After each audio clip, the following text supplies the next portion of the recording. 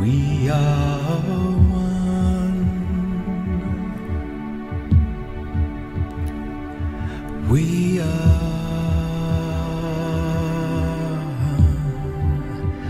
We are one. We are.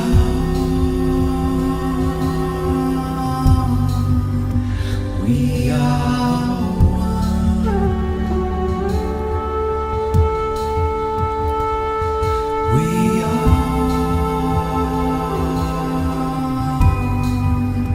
We are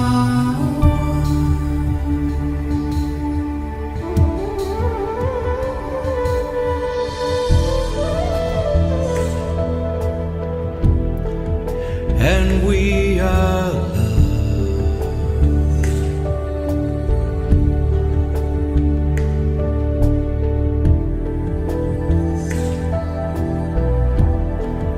For we are one.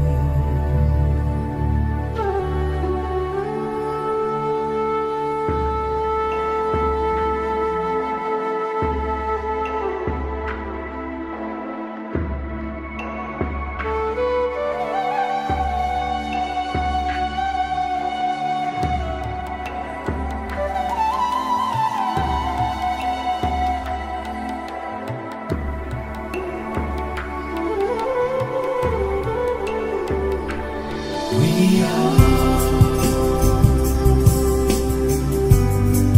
and we are light. We are.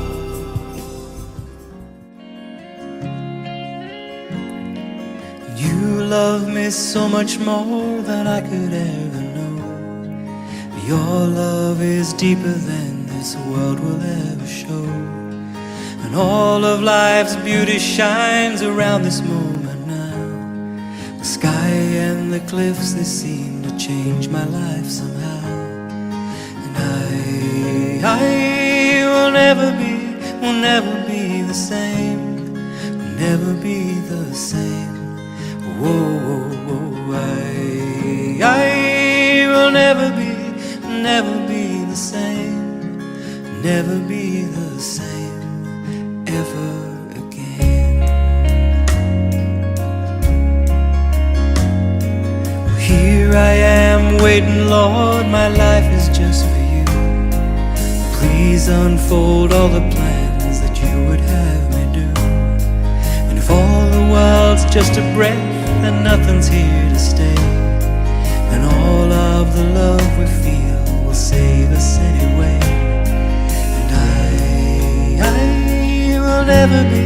Will never be the same. Will never be the same. Whoa, I will never be the same. Will never be the same ever again.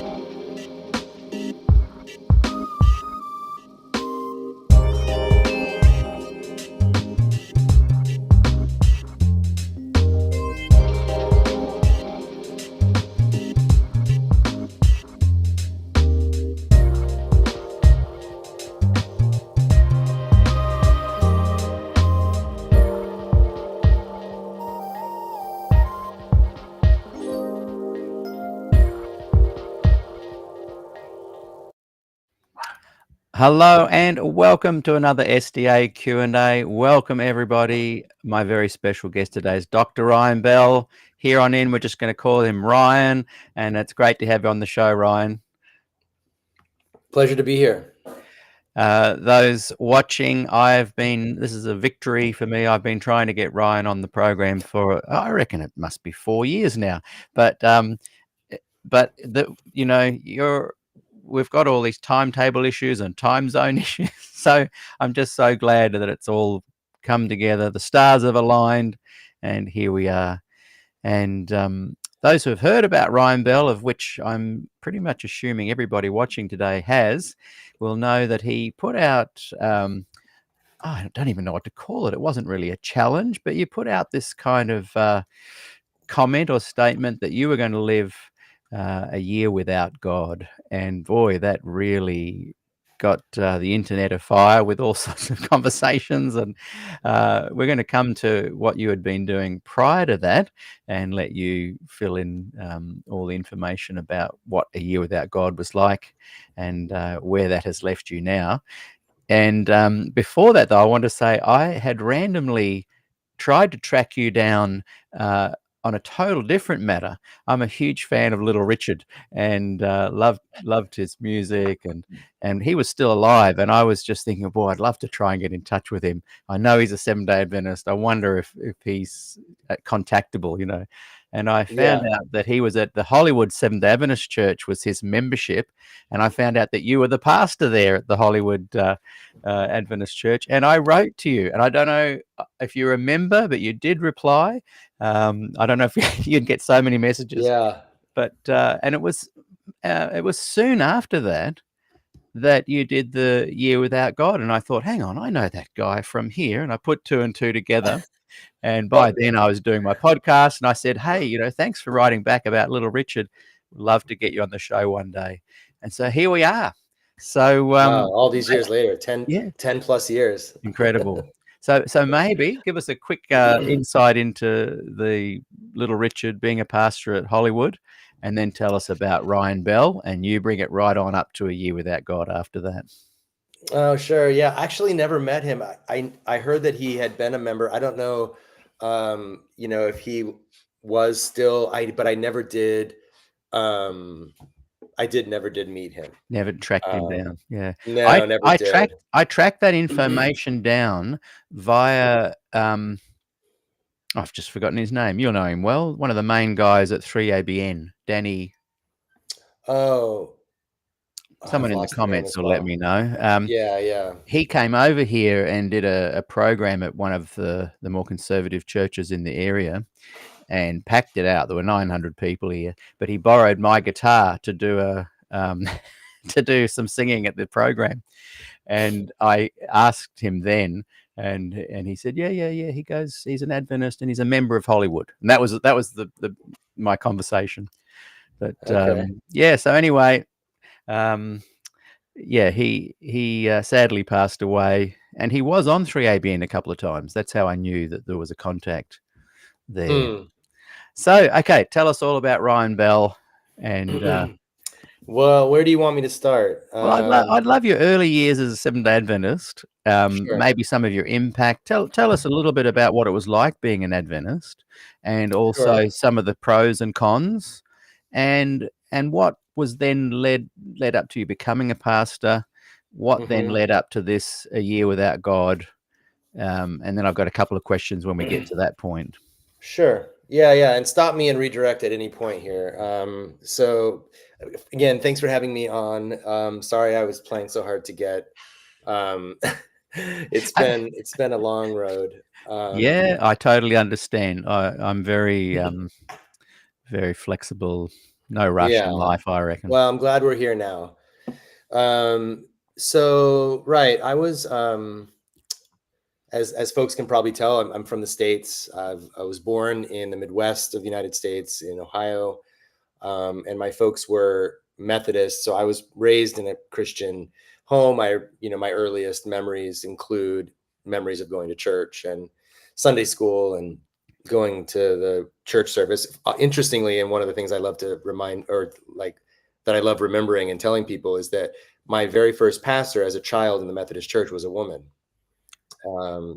in the Methodist Church, and she, so my first experience of anybody in that pastoral role in my life Was was it? Yeah. something that the Adventists still are struggling with. Grappling with. Yeah. So my folks, needed some, time apart and eventually divorced. But in the process of that, we moved to California, where I've more or less lived the rest of my life. I'll fill in some gaps, but my grandparents, my mom's folks, were Seventh-day Adventists. And so when we moved in with them briefly before we got our own place, they lived in Loma Linda. And, we just naturally began to go to church with them. And my parents studied, with the pastor there and became Seventh-day Adventists not too long after our move to California. And of course, as a kid, you just do what your parents do. So and as I used to have a podcast myself, and as many times as I've interviewed people about their childhood religious experiences, as weird and bizarre as they sometimes are, for the children, it just seemed normal, because whatever Yeah. you have as a child growing up is just, that's your normal. Yeah. You don't have anything to compare it to until you start, going outside of your home and into the wider world, and you realize not everybody Yeah. lives the same way. No, running to the hills, finding caves, taking cans of baked beans, That's right. expecting soldiers to come any minute because you're keeping the Sabbath. I know, it's amazing how But the normalized. vegetarian baked beans, they're not the ones with Not the sausages or bacon-induced the ones. ham, the bacon that's Ham in there. and That's beans. right. Exactly. Ham and Yeah. beans, yeah. It's funny how it just gets So normalized.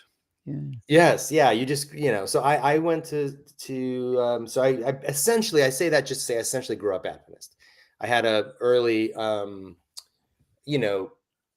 in the Methodist Church, but I was such a young child, I didn't I wouldn't know the difference between one denomination or another. I just went to church with my parents. Yeah, that was my upbringing. And then I through a set of circumstances in my family, I ended up living with my grandparents again when I was in high school, and went to a public high school, but lived with my, I would say, conservative, if not fundamentalist at times, grandparents. And they lived up in the mountains near Yosemite, the national park here in California. And so I mean, I think I became quite really onboarded the conservative, sort of amazing facts sort of version of Adventism from them. So much so that when I went to college, I went to Pacific Union College starting in 1989. I decided that I wanted to really put my whole heart and soul into my faith. And I discarded all of my secular music and some books that I thought, Ellen White wouldn't have approved of. And really settled into a very fundamentalist circle of friends at Pacific Union College. I don't know if, some of these things might not have present day applicability, since it's been a little while. I think those loops continue. And can I just ask a quick question on two things you raised there? I'm interested, those watching, who else went through the get rid of your secular records era? Some people burnt records. That kind of loops every now and again over the years. And the other thing, before we leave your early childhood, it's interesting when I talk to people who have left the Adventist Church. A lot of them either joined when they were young or when they were plus 25. Very few people I've interviewed who have been multi-generational Adventists actually can leave. There's something about the indoctrination. Do you feel that you had some indoctrination at an early age where you were starting to have some nightmares around 7 to 11 with the time of trouble, or were you able to bypass that because you hadn't really come into, you'd had a little bit of a few years gap before you had that kind of early onset brainwashing? I think there, yeah, I don't know if I'd go so far as brainwashing, but certainly indoctrination. I'm seeing some funny comments here in the chat too. Definitely Beatles cassettes that I had, but they were all bootleg recordings off of my friend's records because I couldn't afford to buy records, But my friend had a great record collection, so I would record cassettes off of his records. Yes, right. But I mean, I remember reading Project Sunlight, as a kid, Yes, yeah. multiple times, We had a and similar one over here called Now. I think this was yeah, American as well, which was much yeah. like the Sunlight one. Yeah, like the time of trouble, and and that was very gripping, if not nightmare generating, at least very somewhat frightening and definitely gripping. um I wonder what I would think of it today. At the time I thought it was well written. Maybe it was well written. And and I said amazing facts, and my grandparents would conduct Bible studies in their home. They would have groups of people over, and the Amazing Facts Bible study series is pretty aggressive. And I think the other thing was independent ministries. My grandparents supported quite a few of the independent ministries, like Light Bearers Ministries. I don't know Right, if, yeah. if that still exists Yeah, still anymore. does. Was Doug Batchelor around with Amazing Facts at your Yeah, time? he was. And it's interesting. Just fast forwarding for a minute, during college, I had moved over to Weimar College at the time, and I took Mm, a summer off and was in the Philippines. But my Philippine adventure kind of fell apart for me. And when I came back, I was looking for something to do to finish out the rest of my mission year, and ended up going to Covelo, which is up in the northern, kind of very rural area of Northern California, where Doug Batchelor lives, has a house. And I basically took over his church for 4 to 6 months while he went and did an evangelistic series in a different city. So he was wow. absentee for that period of time. Wow. So I've been to his place up in the mountains. I've Yeah. talked to him at, great length. Went on a backpacking trip with his kids, and Yeah. I Wow. haven't spoken to him in 20 No, years, but no. And he seems like but a great guy, and yeah, good he's a fun luck to him. person. Yeah. Yeah, fun person to be around.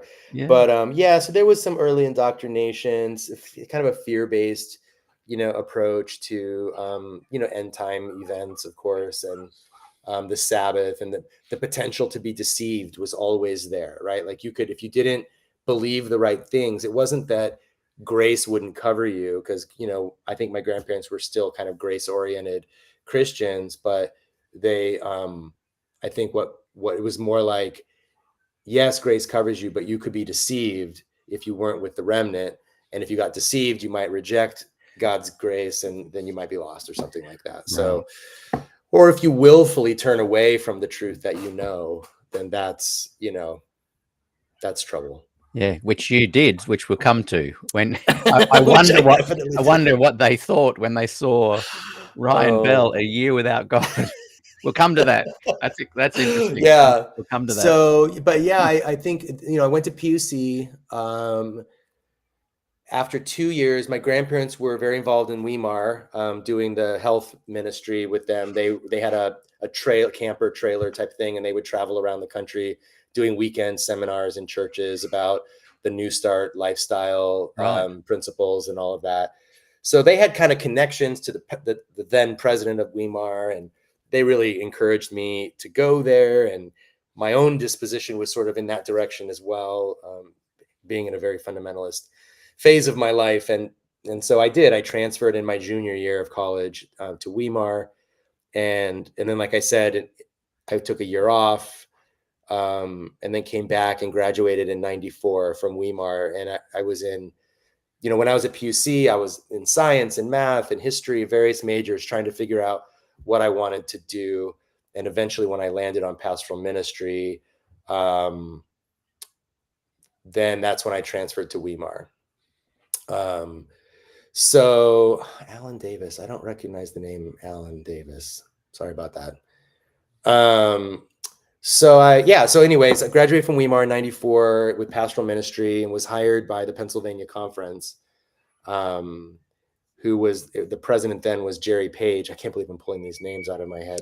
You're doing well. I thought I was worried about this, when you told me we were going to be talking about a lot about Adventism. I'm like, I hope I remember these people.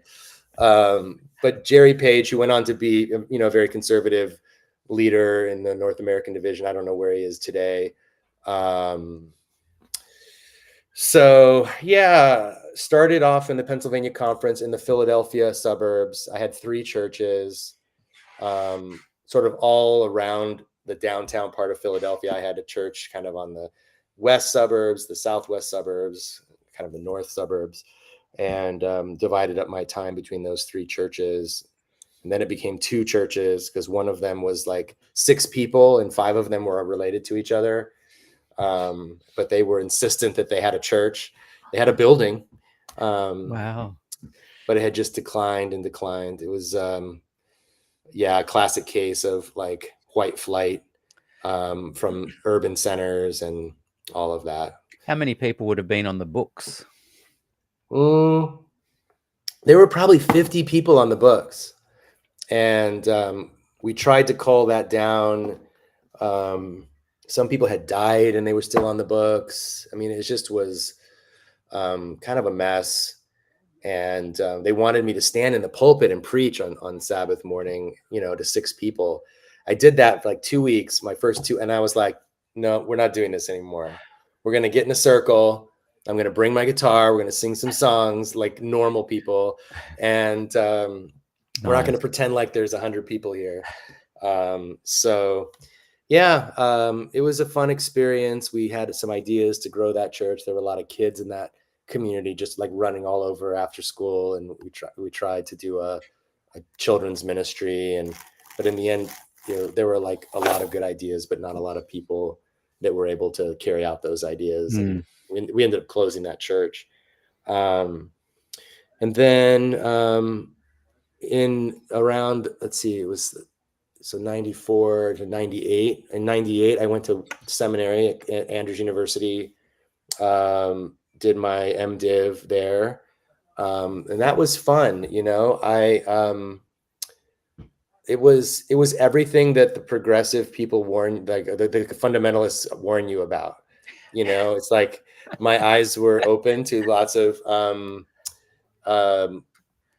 hey, Carrie Nenich. Yes, I went to, yes, absolutely. With Terry, absolutely. Amazing to see you here. You guys went off to Minnesota conference and I went back to Pennsylvania. It was a good experience. I was challenged. I met a lot of great people.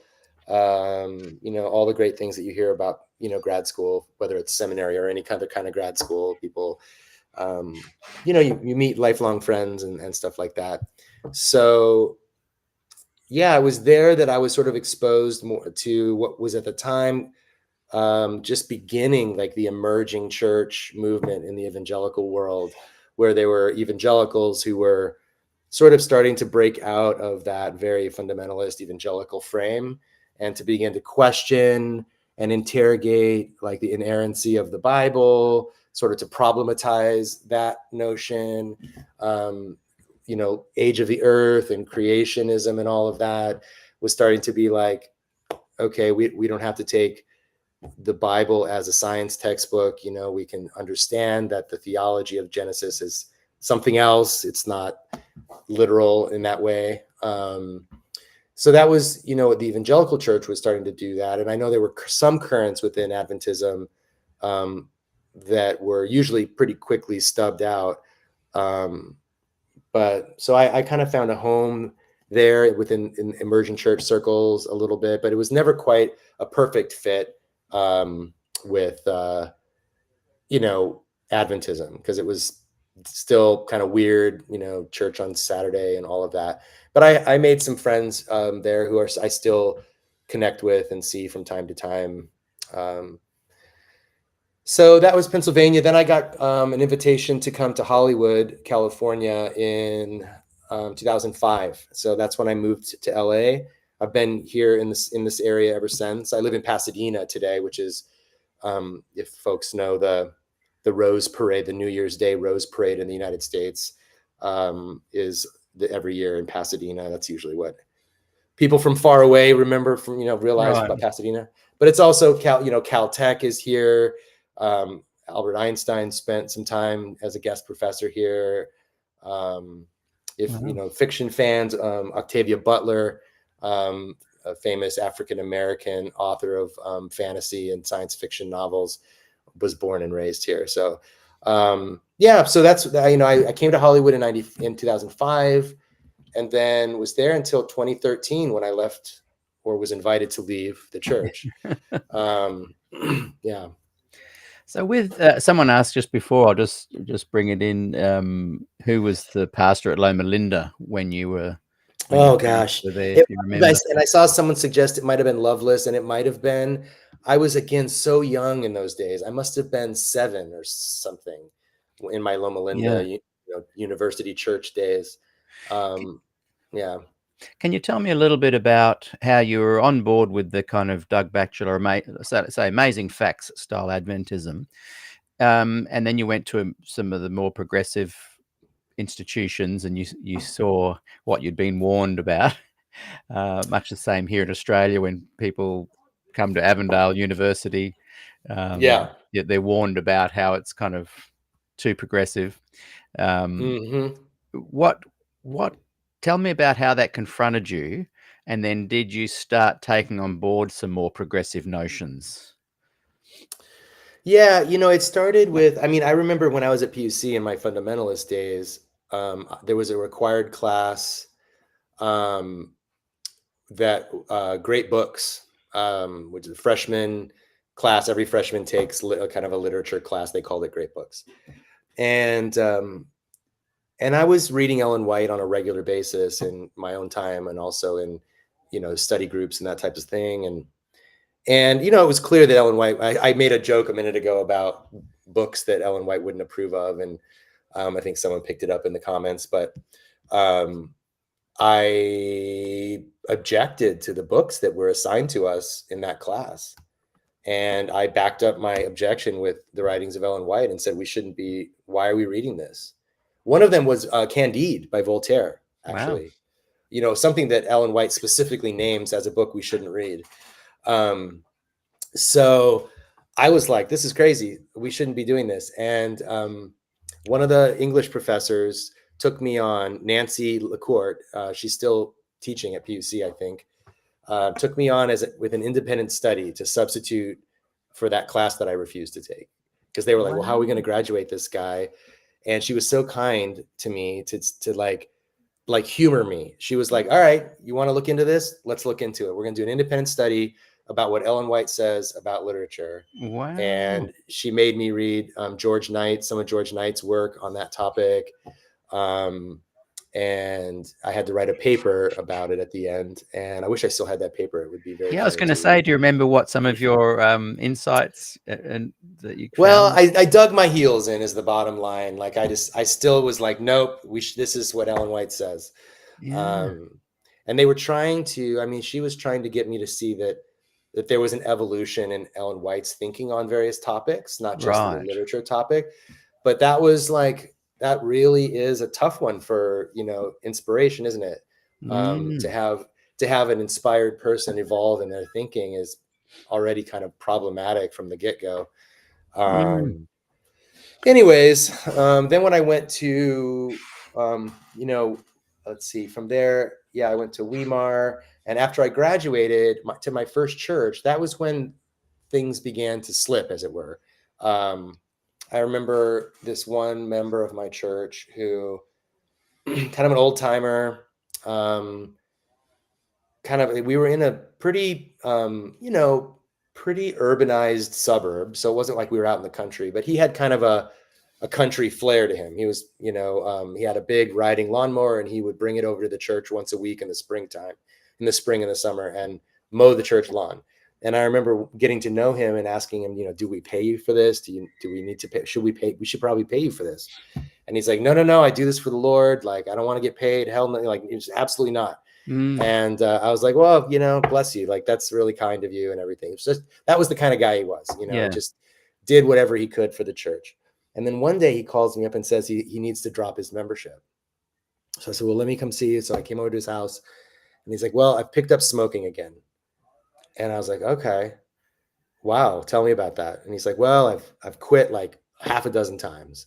And Pastor so-and-so, who was here before you, um, talked to me about it, encouraged me to resign my membership when I started smoking again. And then when I, stopped, I joined the church again.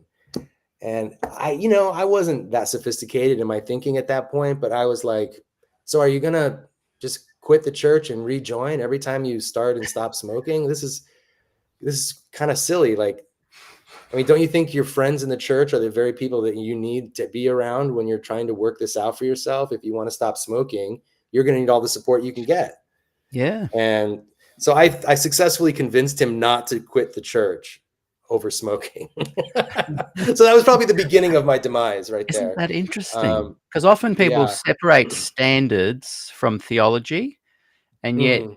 and so often when they start slipping in their as you eventually did in your theology, it's usually a slipping starting point is theology. Like I would have expected you to say, I went to this church and we had this hard questions on the investigative judgment. But no, it was Right. about someone with standards. And you started seeing some discrepancies of, hey, if we're a church, shouldn't we be putting our arms around this bloke and supporting him regardless of Right. his standard slip? That's very Right. interesting.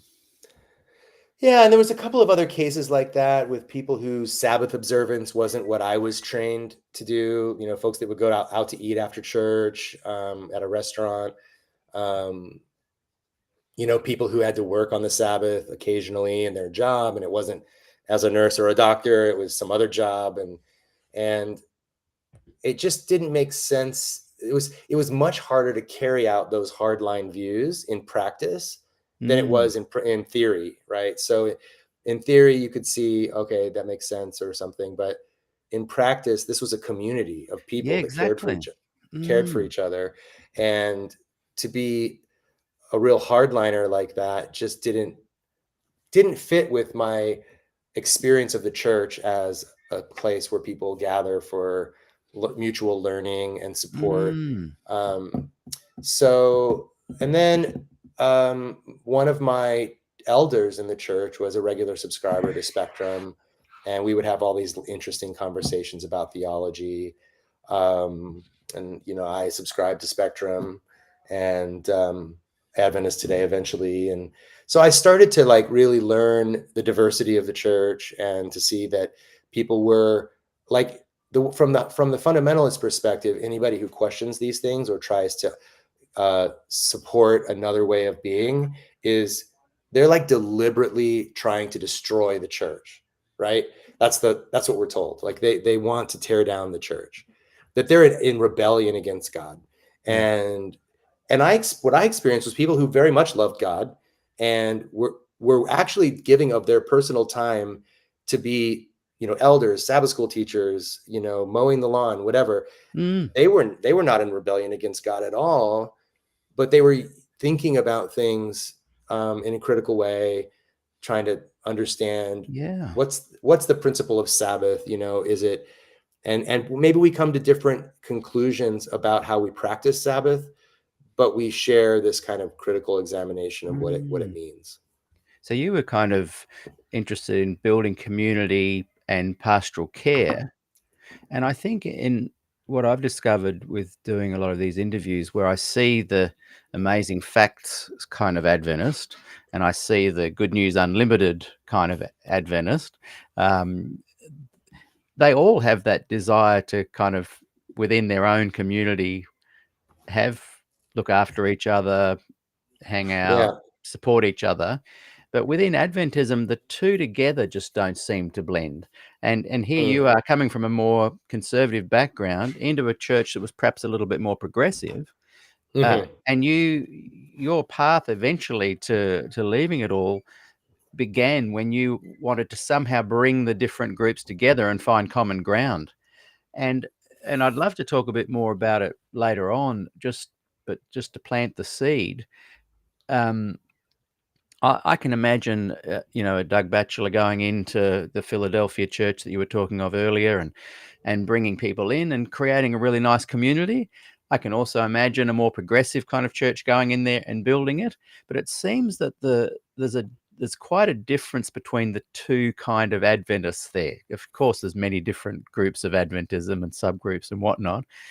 But there's a group that's a little bit more progressive, and there's a group that's a little bit more amazing facts. And I think when Jan Paulsen was in power, would have been around the time you were a pastor, there That's was right. almost a glimmer of hope for this kind of diverse community where they could perhaps blend. But the amazing facts guys, as wonderful as they can be and fun to hang around with, as you say, and can really create beautiful communities sometimes, they do see the progressive as, these guys are the devil. They've gone too far. I wonder, and I've often talked about the progressive Adventists, and there's a kind of a really nice, imagine if your concept had actually worked, and here you are in Hollywood or whatever, and you're accepting people that are gay and smoking and whatever, but you also accept the conservative. I see that as this kind of unicorn style Adventist church that, boy, it would be great if it was able to flourish. But for some reason, the administration and the amazing facts kind of Adventists want that progressive out. I'd love later just to get your thoughts on that, because it's something I often sort of talk about in a sense where I sometimes criticize the progressives for not being a bit bolder in their stance. Because I do see something special there. We continued, I mean, I definitely continued that approach in Hollywood. So, we can talk a bit more about that. So yeah, let's see, where were we in the story? Yeah, sorry for interrupting there. No, not at all. It was very But, interesting, and I kind of want to just jump in right there, actually. yeah. No, we can come back to that. You're at the point where this guy, you're at that church where the the guy was the smoker, and you started to try and balance the two together.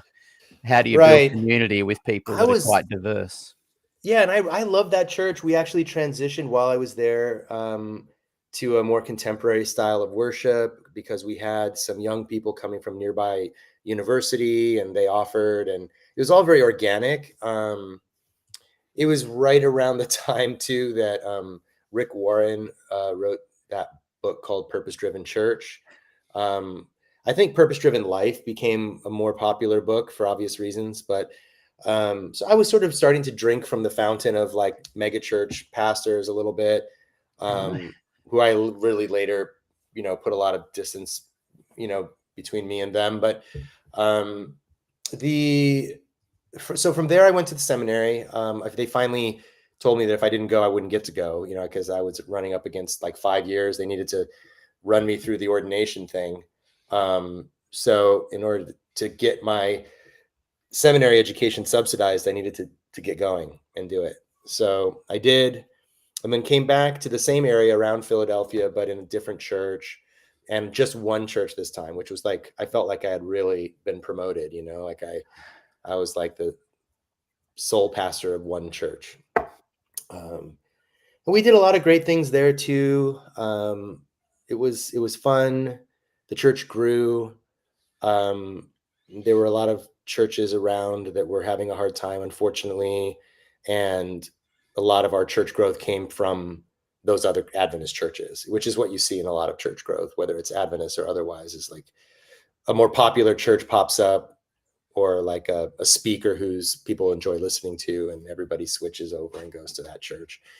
So yeah, on paper we had church growth. I don't know if it was, it might have been shuffling growth. Yeah, just moving the deck chairs around a little bit, but we did build a really nice community there. We did community engagement type of stuff. I've always been someone who felt like the church should be engaged in the community, and not sort of this isolated thing. And sometimes doing the shuffling of the deck chairs, as you say, once you get a nice bunch of people, even if they're from just other churches, that then becomes appealing for the outsiders to look in and go, oh, I'd like a bit of that. You almost need to do that first anyway. I always felt like I never did click with the evangelistic seminar approach. Yeah. I really just thought, like, if people saw people living their best life and enjoying the world, like their life in the world with other people and doing good in their community, that people would be like, I need a space, I need something like that in my life, So Yeah. in Hollywood, it really did grow in that way. We had people who, um, I like to say, they joined our church in spite of the fact that it was Adventist. Um, they were like, I'll make an exception, for this one, because there's no way that they would become Seventh-day Adventist. But they were like, yeah, I don't know if I buy all that stuff. And at that point in my life, I was like, yeah, it's okay. I don't really buy it either, but, definitely, come join our community, because we're serving the homeless. Yeah. We're lobbying our local government to create more options for the homeless so that we don't Yeah, I have as love many that. homeless Yeah. people. We had a community garden in the back. We were teaching gardening, to folks, urban gardening. Um, we were using our church space for other community, like, um, different types of, alcohol and drug recovery programs. So it felt like a community Yeah, center that our I church absolutely also love that used it. stuff, yeah, and that's Yeah, the Ryan Bell I first stumbled across when I was looking for Little Richard, right. and you wrote Yeah, back that was to the me. church there. Yeah, Yep. and you wrote back to me, and you shared in the email some of this stuff you're talking about, and I remember thinking, "This is awesome," and that's why I was Yeah, really surprised when I heard the next bit that we'll come to in a little while. yeah. I think the thing that really, was the final, like, what one of the final, the way I usually talk about the final straw, what started back when I was still in Pennsylvania before I moved to Hollywood. And one of our elders, they had moved from Ohio, to Pennsylvania and joined the church. And he was accustomed to being a leader in the church, so he just fit right in as one of the leaders in the church. And one of his sons, they had two adopted boys, and one of them was gay. But I didn't know this at first. At first, I just knew that one of them came to church and one of them didn't. And the one that didn't played the piano like an angel. And I was like, well, why the hell doesn't he come to church? Like, this would be Mm, fantastic. And I was at the house and I heard him play the piano, and I'm like, this is absurd. Like, what are you doing? Come to church. And I finally figured out, like, that he had been really alienated and he didn't feel welcome. And I'm like, okay, but you know me and you know all these people and we welcome you. yeah, So, yeah, what are you doing? So he started coming to church a little bit and played the piano from time to time. And it was really him. He was the first person. It was a New Year's Eve. Um, we had had a couple drinks, off the record, of course. And and I asked him, I had the courage, a little liquid courage to go with my ordinary courage. And I felt that our relationship was strong enough that I could ask him, um, what is it like? What has it been like for you to be gay and in the Adventist church with your folks? And he told me, pretty frankly, and um, and he had had some other, like, life challenges, a DUI and, various, kind of just like life stuff, that that happens to you sometimes when you're young. And he was definitely, like, out there partying and stuff when I knew him. And I said, it's a shame to me, because again, like the smoker, I felt like it just seems like the church should be the place that welcomes people that have been alienated by other people. Like, it should be the exactly, place that you go to be welcomed, not the place you exactly. go to be alienated. Mm, Um, and I had, by then I was very comfortable, drinking socially. And it just seems so silly to me that God would care what we drink. Like, I think, if there's a God, he might care about, or they might care about our general health, of course, right? It's like, we don't want people to be sick or abuse themselves or, harm themselves in any way. But whether eat cheese or, meat, or have a glass of wine with dinner, just seems so immaterial. Like, if God's got bigger problems, to figure out in the world than whether I'm having a glass of wine. So, and it became apparent to me too, that this thing that people by and large were born with that preference in their life, whether for same sex or opposite sex, or neither, or both, like that. Why would God hold somebody accountable in that way for something that they hadn't, more or less didn't have a choice in? Um, So anyway, that slipped away. So little by little, I guess what I'm trying to say is little by little, all these things just kind of started Mm, slipping away. mm, And along the way, I'm also reading more and more broadly, and realizing that young Earth creationism or any kind of creationism just didn't make any sense at all. That it doesn't need to make sense. Like it's not. There's no need for it. Like no, It's not that. Oh gosh, if we don't believe in short Earth, a short age of the Earth, that everything falls apart. No, it doesn't. no. And it's. I actually did think and still think that the Bible, and that Paul in particular, is really anti-women and anti-gay, and I kind of, I'm not surprised that he had that view. I mean, it would be Mm, more surprising, I think, if he didn't have that view. Um, and so at that point, it was like, well, Paul's wrong, and that's not something that you can stand up in an SDA pulpit and say, Paul's wrong about this. That's kind of like the last bridge, right? And what really finally did it for me, if we want to come to my leaving the church, is we did so many wonderful things in Hollywood. I wish we had time to talk about them all, but I had not for many years been paying 10% of my income to the church in tithe. But I gave some to the church, some to the local church budget, some to other nonprofits and so forth, which I'm sure added up to 10% or more of my income. And the church never audited that. And they always said, we trust you, kind of thing. And then finally, one day, one of the conservative pastors stood up in a workers' meeting and made a big old speech about how God can't bless us until we're all paying 10% of our tithe to the church. And the president was persuaded by this and said, come January, I'm going to look and see. And then if you're not, you'll get a call. So I was like, well, I guess I'm going to be getting a call. yeah. So I did, and we talked, and I told him, he's like, oh, I just want you to have the blessing of being, a giver. And I'm like, oh, I feel blessed, in fact, I'm in therapy for being such a giver. Like I give away everything, my time, everything, like it's too much. I'm trying to pull back, a little bit for myself, for my own sanity. And then he sort of, when he knew that he couldn't use that sort of soft guilt approach, it was like, you know what, we just need you to give the money. And I was like, okay, let me talk to my wife about it. Came back to another meeting. I said, okay, just deduct it from my paycheck. And he's like, well, no, we have a policy. We don't do that. You have to give it at your local church. And I was like, I had no idea about that. Actually, that surprised me. So it wasn't enough that they just get the money. I had to actually give it myself. Wow. So I said, well, let me pray about it. Mm-hmm. I don't think I prayed about it, but I did talk to my wife about it, and I thought about it. And I came back and I said, okay, here's the thing. I'm going to do this. I'm going to give you 10% because I think it's stupid to ruin everything that's going because of that. However, I need to know that you affirm my ministry and that you're going to stop nitpicking every little thing I do.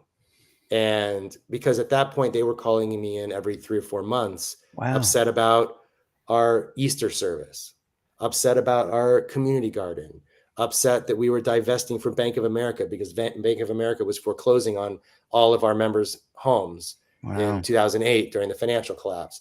I was like, I need you to tell me, because they would always say this thing like, we love the church is growing. The church has never grown in Hollywood. The median age in Hollywood church was probably like 30 years old. And we had a ton of people in their 20s. These people were leading the church service. They were leading worship. They were playing music. They were giving. We had this whole thing. We did a series of sermons called Apocalypse, where we did a whole like month or two, like a month and a half of sermons that were based on popular film and music. So they would take a movie like one of my favorites was WALL-E, that Pixar movie, and build a sermon around the metaphor that's in that movie. And we would show a little clip, and then we would do the whole sermon around that. And they were upset about that. And then we had, on the 10th anniversary of 9/11, we had the imam from the local Muslim center that I had become good friends with come and give the sermon on Sabbath in the church, a Muslim guy, which I grant you is a bit out there probably for some people. But they tried to cancel it on me. I'm like, I am not uninviting this man. You will have to do it over my objection. You call him. Here's his number. You call him. You tell him he can't come. And they didn't want to do it, so they didn't. So it was constantly like that. We did a whole Easter Lenten thing. We talked about Lent. We had a Holy Saturday service where, on Saturday, God is dead. Like the disciples have given up. God is dead. And there's a whole service in the traditional church around the death of God and the despair around, the death of God, the death of Christ, and all of that. So we leaned heavy into that. We did a thing where people would write down their unanswered prayers on a piece of paper and put them in this jar. And we read the psalm about how God collects our tears in a jar. And, your disappointments with God. You can see where this is leading, right? Yeah. So I love it. They were upset about all these things. And they were like, so I said to them, you realize that the church is growing in the way that it is because of the things that we're doing, not in spite of them. Yeah. So I need you to just back off and affirm my ministry. Well, we have some concerns. So that led into... We want your 10%, but we've got some concerns. That's right. Well, and we had a big old evangelistic campaign in LA earlier that year the previous year with that guy, can't think of his name now, younger guy, Sean Boonstra. Wow. I'm rocking it with the names tonight, folks. Yeah, it's amazing. Good. I'm having a good brain moment. And I didn't really support it. I supported it like I did my minimum requirement. I went, I invited people, and they sort of tagged me on that, and they had heard that I drink, and did I believe in Genesis, and this stuff. And I said, you know what? All right, here's the thing. Today is Truth Day. You ask me anything, I'll tell you the truth. Because before I'd been like, oh, of course, I believe the whole thing. And it's all very important to me, And so that he went down the list and, the things that I've mentioned. And, do I believe in the remnant? And I'm like, not the way you believe in it. And, creation and lifestyle things. And he said, well, I don't see how you're an Adventist pastor anymore, was his, comment. He said, I really think my counsel to you is that you resign. And I said, well, I think if you don't want me to be a pastor, then you should have to fire me.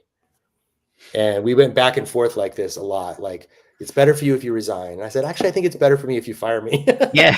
Because by that, I was fairly well known, like not to toot my own horn, but I was probably one of the most progressive pastors. I wrote articles in a lot of things. People knew who I was, and I wanted them to have to deal with it, I was still an Adventist at that time, so it must be prior to 8 years ago. Is that roughly the right time frame? When was it? Was what this era you're talking about, was it more than 8 years ago? Because I remember hearing about you, via various sources when I was in the church. I left in 2013, March or April. Yeah. So it's I would have been hearing.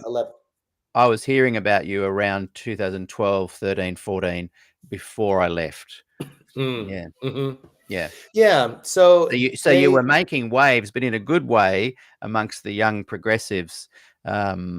People were hearing these I'm not saying I'm young, but we're hearing good things. Yeah, and I should also say that the local church was thriving. Like the local church, there were a few people that didn't like some things, but if you'd taken a vote of our membership, should Ryan stay or go, they would have said, of course I should stay. And when they found out that the church was terminating my employment, they just almost like what the young people are doing on university campuses here in the United States right now around the Gaza crisis. They were practically going to go sit in at the, conference president's office. And so it was heartbreaking. My kids were young at the time. 10, 12 years old. And it was hard on them, and they couldn't understand why, after all this good stuff we've been doing, they were going to get rid of me. We had a little kangaroo court, I guess, the personnel committee, which has some lay people on it as well, apparently. And I wrote this whole thing. I wonder if I could find it. Hey, Bill Cork. That's a name I haven't heard from in a long time. How you doing, sir? I wrote this 1.5 page speech that I was giving to the committee that basically, the Adventist Church arose because of a commitment to present truth and a commitment to not just sticking with what the traditional churches were teaching. And that basically the Adventist Church had done exactly what every other church has done, which is put its stakes in the ground and go say here and no further, and around gay and lesbian members. That was the other thing. A transgender woman joined our church. I had been baptizing gay and lesbian members for a while, and we kind of had a don't ask, don't tell policy at the church. And I always hasten to add that the don't ask, don't tell was something that I gave the gay and lesbian members of the church control over. I was like, as long as whenever you're ready to talk about this and make it a thing, I really wanted to see the church explicitly say on our website and from the pulpit and everything else, we welcome everyone. But I realized that if we did that, it might blow up in the faces of the very people who most needed the church to be what it was. So we just left it alone, and we were just about to the place where we were going to start introducing that and talking about it when all of this other stuff went down. But a transgender woman, I believe at the time in her late 60s, joined the church, and she had been estranged for a long time for obvious reasons. And she wanted to step into leadership after a couple of years at the church. And that was also another thing where the conference was like, it's one thing for her to be a member, but she cannot be a leader in the church. And I was like, objection. It's a double standard, like you're going to let her be a member, but she can't be a leader. That's just bullshit. Yeah. Like, where do you come up with that arbitrary line? It's so silly. Anyway. Yeah. We're going to take your 10%, but we're not going to let you do what you feel called to do. And honestly, if they want to dismiss me from church leadership, the way they did, that's their right to do that. Like, if I wasn't doing the job that an Adventist pastor is supposed to do, they should absolutely get rid of me. That's their prerogative to do, and whatever, like that's not, I don't think they like harmed me or abused me in any way. They just, they gave me a lot of leash, actually. And then eventually they were like, this is just, A is not B, like you just don't, like there's 10 boxes here and you barely check one, Yeah. So it was kind of like, yeah, okay, I get it. I think the progressive Adventist falls into this hole where they do think things are changing, and I've seen, and so have you, so many Ryan Bells come and go, who I've seen this since when I was young in the 70s. Young, enthusiastic pastors trying to bring in more diversity, inclusion with the community, run special events, street preaching, cafes, all this kind of thing. And I remember when in the early 80s, when I was doing that thing myself, we would hear stories of people in the 60s that were doing it, the Bob Wolfgrams and the Lowell Tarlings and a bunch of other people that were with this kind of Jesus revolution types before my generation. And I think it's fine for the church leadership to say, no, this is not us. This is the line, draw in the sand. Sorry, Ryan Bell, you're out of here. That's their prerogative to do that. Why, though, do you think the progressive Adventists and the youth pastors continue to have this kind of false hope? And then they sell it to the generation when I was giving the false hope. And people to this day say, Pete, why did you leave? Things are changing. You can't change. You can't help us from the outside and this kind of thing. What is this perpetual loop that I've witnessed in the 80s? as a young person looking up to the leaders, giving me false hope and seeing them really enthusiastic. They're bringing in change and Right. excited, and then they would tell me stories of the people that inspired them in the mid-60s. This loop of progressive Adventist pastor that's bringing about change, and this is not happening, Pete, you should stay. What causes that false I hope? mean, I think people want their church. They want to be at home in what they've grown up in. I mean, I had mentors that did the same thing. Mentors in the church that were like, when I was, I'm a Gen X, I'm a member of the Gen X generation. And when we were in our 20s, there were focus groups. I remember the Columbia. Oh gosh, this is where I'm gonna trip over the names again. The Columbia Union Conference, which was the Pennsylvania Conference was part of, held this whole thing about we're gonna bring Gen X leaders together and really listen to them. What does the church need to do to evolve? Now it's the millennials, and now we're up to Gen Z. Getting to be a bit older, and I think people want to believe that they can, revolutionize the church, but they don't want to do what's necessary. They don't want to pay the price. And Yeah. I think, and I have to confess, I haven't kept up with church politics, No, but if it's still when going certain, on the same. but certain didn't a few years ago, like one of the Columbia Union or the Pacific Union kind of deviate from the World Church on women's ordination? Yes. Yeah. And they separated, and they were like, you're causing a schism in the church. Like, conservatives will always use that schism argument and blame you and make you feel bad for being the one who blew the thing up. Yeah. But it's just as easy to turn it around and say, you're rejecting generations of people. It's your fault. But those people we're don't just seem to say that. So I see the right. mechanism of the leadership clamping down and the next thing going. Like I interviewed, I just brought it up so I wouldn't forget, Japhet de Oliveira about the One Oh Project yeah, in my season 1 or 2, I think. I can't remember. yeah. And they'd just lost sanctioned approval from the whatever conference or union they were a part of. Prior to that, they'd been given some support.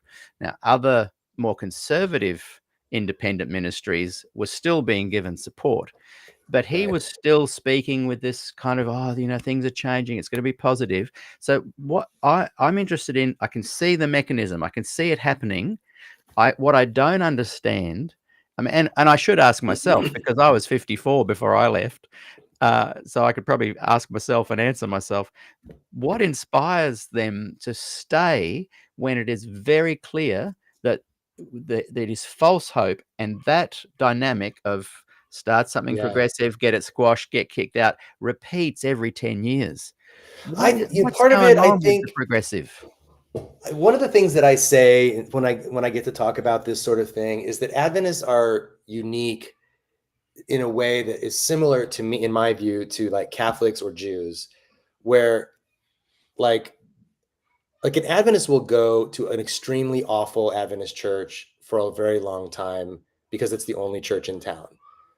If you're a Methodist and you move to a new city and the Methodist church stinks, but the Presbyterian church is cool, you'll Exactly. just go to the Presbyterian church. I mean, these Yeah. days, who cares, Yeah. But it's not so easy for an Adventist to just go to the local Methodist church because they've got a great speaker and the music is lovely and, the building is beautiful and all the rest. So I think if you're an Adventist and you really believe that this movement is the thing that God is going to use to bring about the redemption of all mankind, all things, then you have to fix it.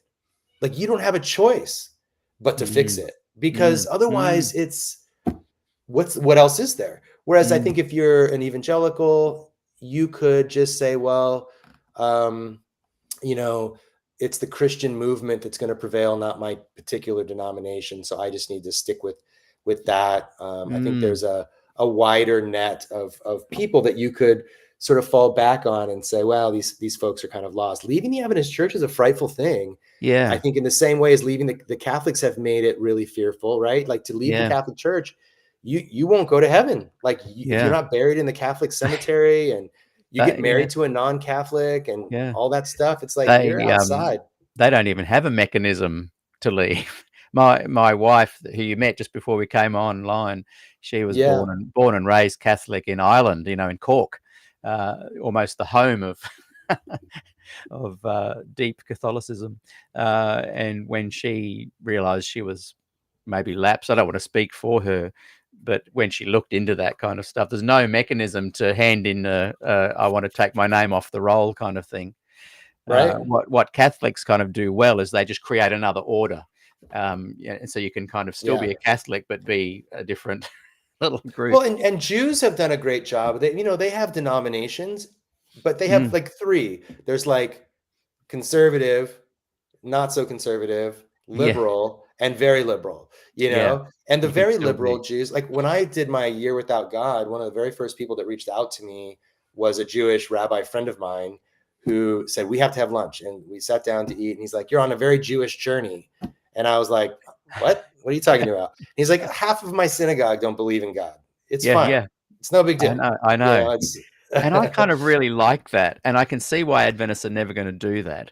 no. And just recently, I did a sort of a, what would you call, a reaction video to a recent TED Wilson, who's now the president. I don't know if you've followed him much, Oh but my. He he's joined he became the president a little bit before I left, and I interesting. see he's held on to power.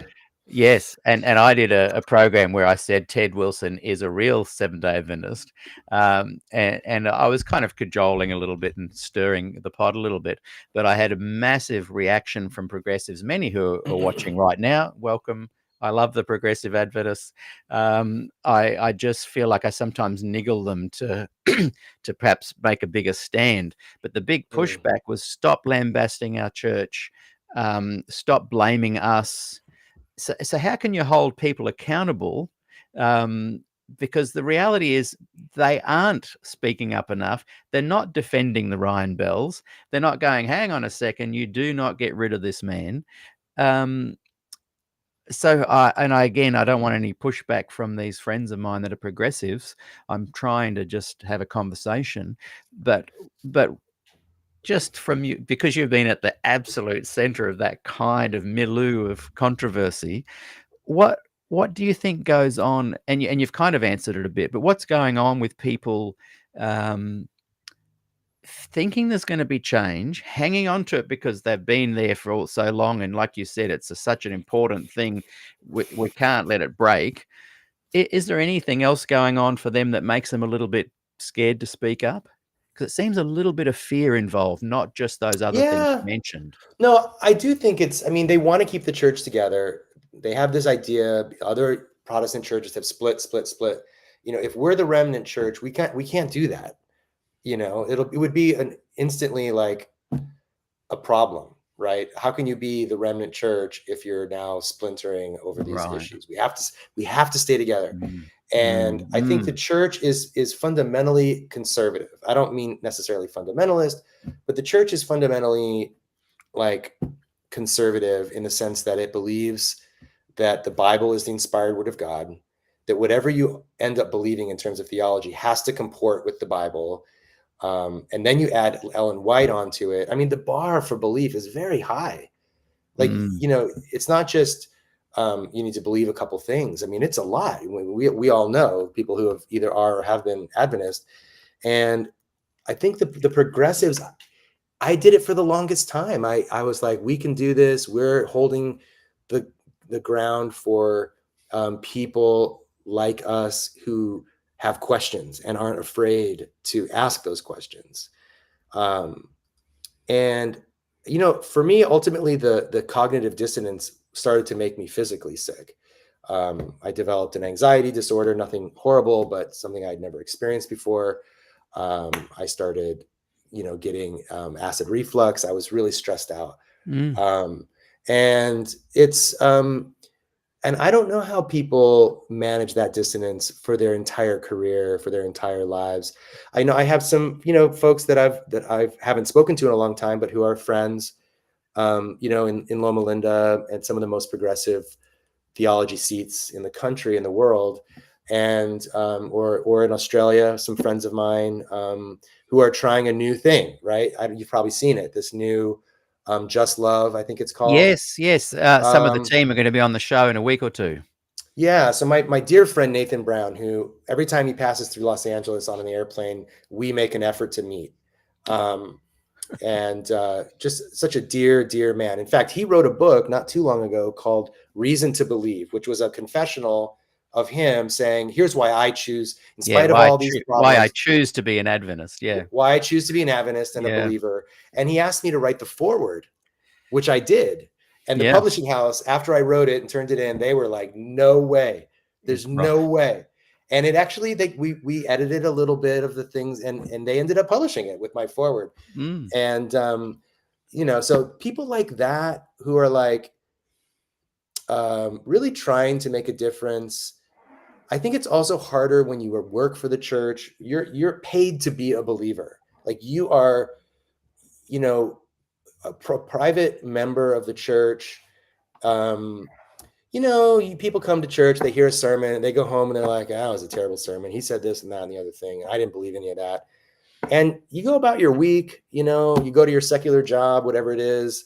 It's not that big of a deal. You really enjoy the fellowship. Maybe you love the pipe organ, whatever it is that you mm, love about your church. Your friends are all there, yeah, and that's great.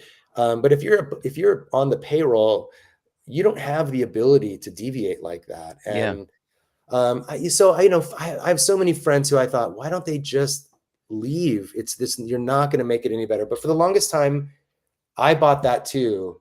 And it really push came to shove in a way where I just kind of put the gauntlet down. I was Yeah. like, I'm not going to lie to you anymore. And what they really wanted me to do was to continue lying.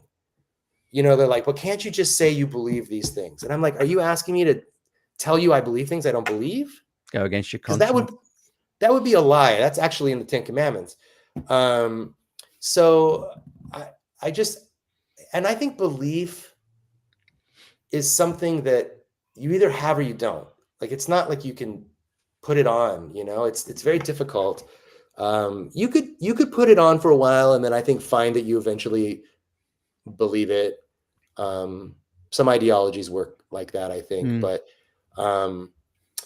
I think at the end of the day, those progressives that stay probably believe deep down that at the bottom of it, the theology is true.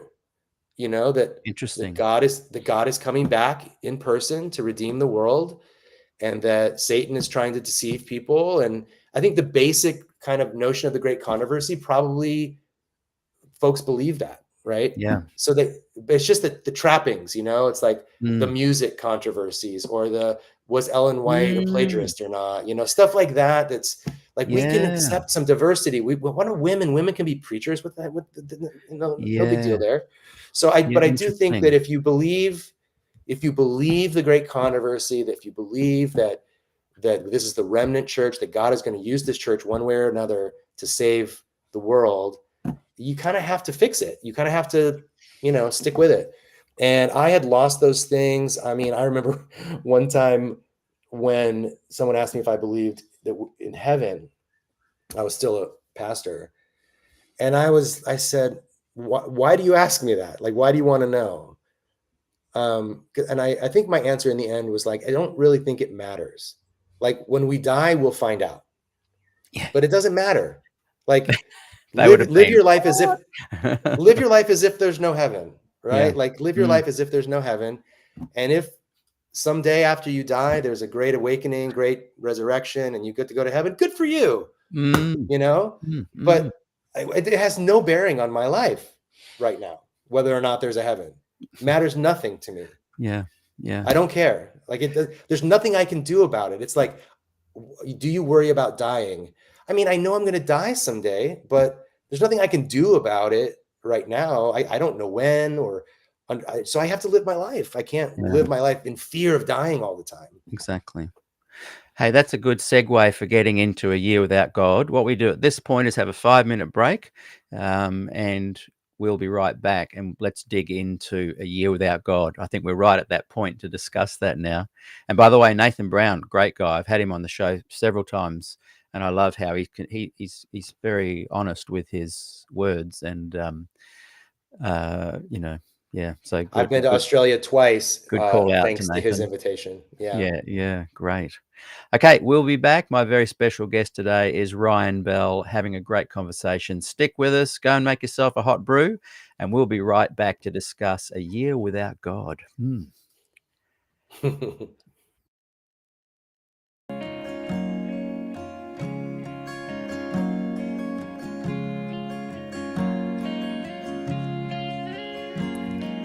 You love me so much more than I could ever know. Your love is deeper than this world will ever show. And all of life's beauty shines around this moment now. The sky and the cliffs, they seem to change my life somehow. And I will never be the same, will never be the same. Whoa,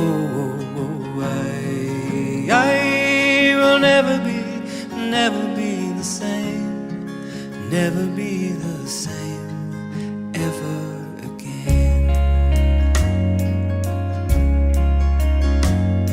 Well, here I am waiting, Lord, my life is just for you. Please unfold all the plans that you would have me do. And if all the world's just a breath, and nothing's here to stay, and all of the love we feel will save us anyway. And I will never be the same, will never be the same. Whoa, I will never be the same, will never be the same ever again.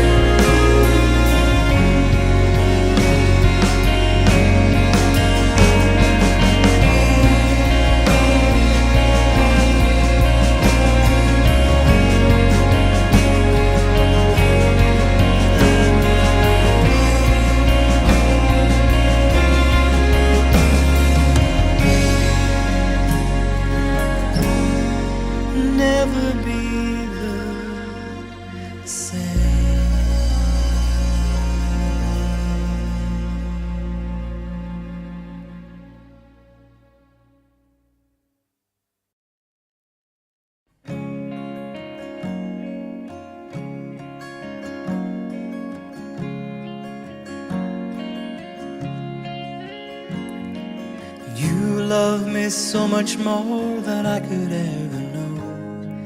Your love is deeper than this world will ever show. And all of life's beauty shines around this moment now. The sky and the cliffs, they seem to change my life somehow. And I will never be the same, will never be the same. Whoa, whoa, whoa, I will never be the same, never be the same ever again.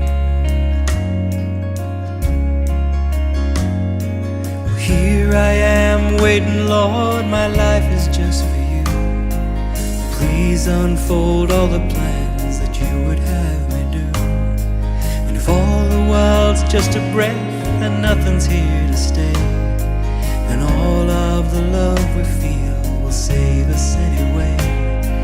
And I will never be the same, never be the same. I will never be the same, never be the same ever again.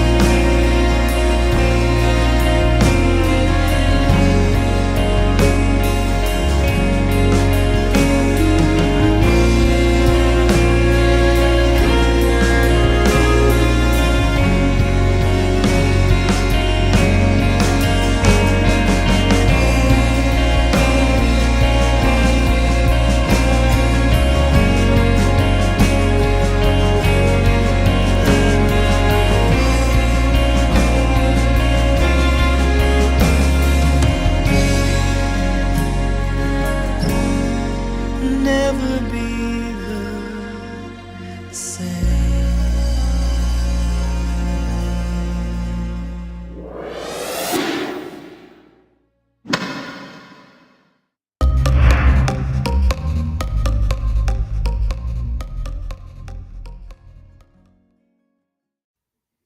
And we're back, and my special guest today is Dr. Ryan Bell. I'm really enjoying my conversation with him, and thanks for the nice comments about my music there.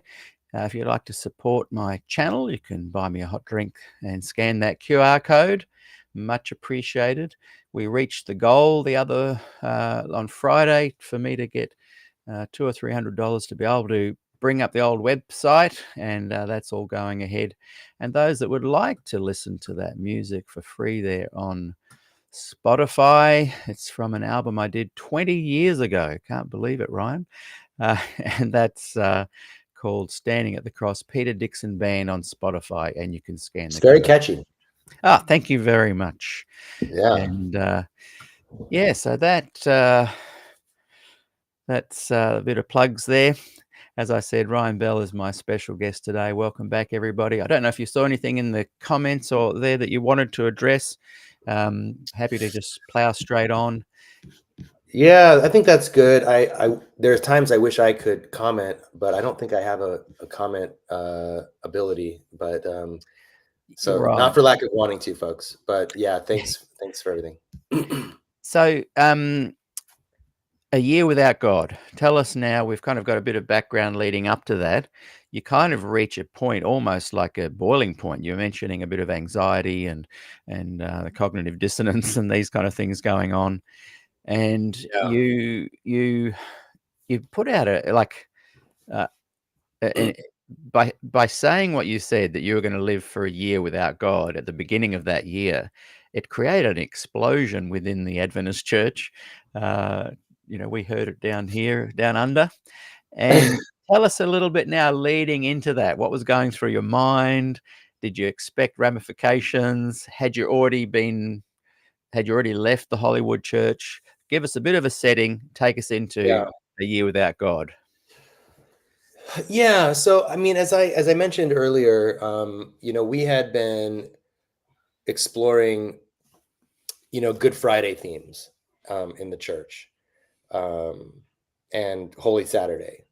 And, for me as an Adventist, and if there are any other pastors or former pastors here, I think you could relate to the idea that, Easter is the biggest day in the Christian calendar, and Adventists have a hard time connecting to it because it's on a Sunday.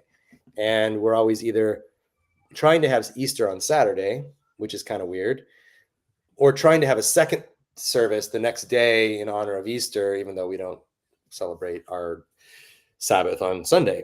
So I finally decided one day that we should on Saturday talk about what happened on the Saturday of that weekend, which was that Jesus was dead and his followers were devastated. They had no hope. It was a dark day. And that really led me to thinking a lot. And I had been a sort of a autodidact in some ways, reading. And I mean, I didn't get a very good education in some areas. For instance, throughout my Adventist, education, I never took a class in philosophy. Somehow I managed to graduate without any, Western philosophy, let alone Eastern philosophy. And so I was aware of the challenges to Christian faith. And my approach was, rather than becoming an apologist and trying to defend Christianity from those attacks, to simply say, that's not the point. The point, and this, again, we're talking now in my last 5 to 8 years in the church. The point was not to be right, but to do right, which actually is a whole nother, theological problem. Yeah. Because, the story of grace, the message of grace is that you don't have to do anything. Well, and yeah, because some would say, well, why didn't you stay then? Because you could continue to have done right, regardless of whether you were right or wrong theologically.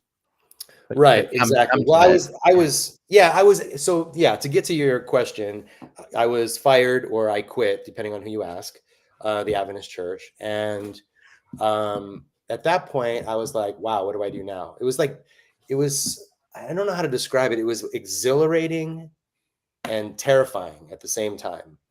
I guess the fear is part of the exhilaration, I guess, like people who do extreme sports. Maybe I do some things that some people would consider extreme, but I'm not like a rock climber. I don't, do things that I don't generally engage in things for which I could die. But that's part of the appeal, right? The adrenaline rush and all of that. And I think I was excited about a new chapter, but fearful of where my income would come from. And so I started visiting other churches that I had been associated with just in the interfaith community. And it was really tough for me. I found out that unless I was up front preaching and leading the church service, it was all rather boring. And I started to feel really bad for the people who had been sitting in the pew all these years, because it is a very passive exercise. Yeah. Hang on, you've frozen there for a second. But I think it's coming back. I'll just check my end that we've got plenty of signal. can you hear me now? Yes, yep, we're back. Yeah, I got a little message that it disconnected. So yeah, I started visiting other churches. I went to some evangelical, non-denominational churches, and they were far more conservative than I realized. And I went to an Episcopal church here in Pasadena that's very well known for being like extremely progressive.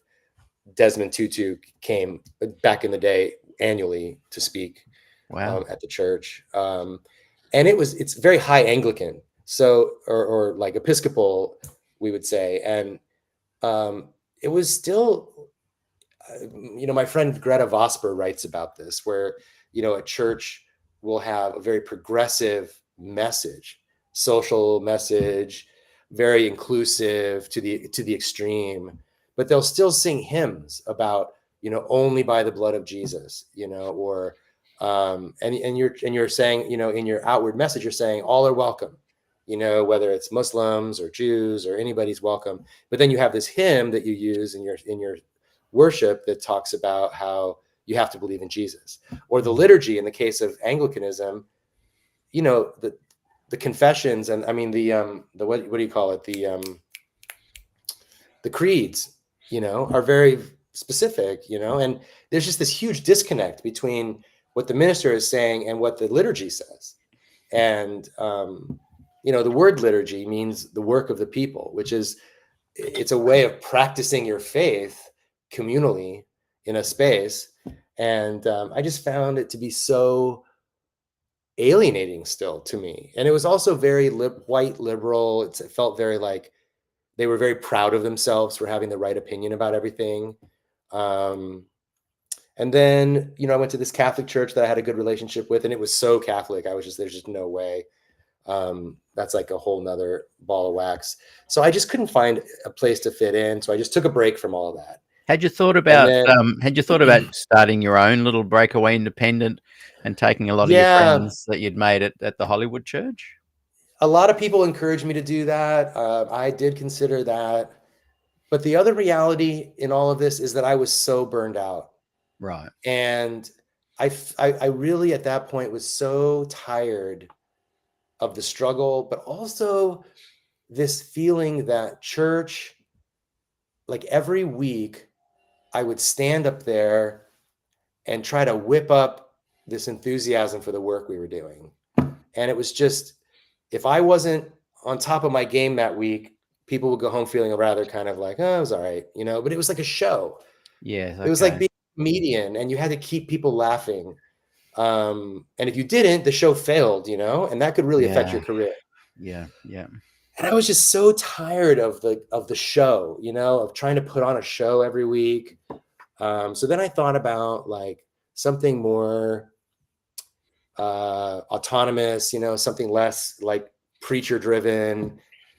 And I just didn't have the enthusiasm or interest in it. I just was tired.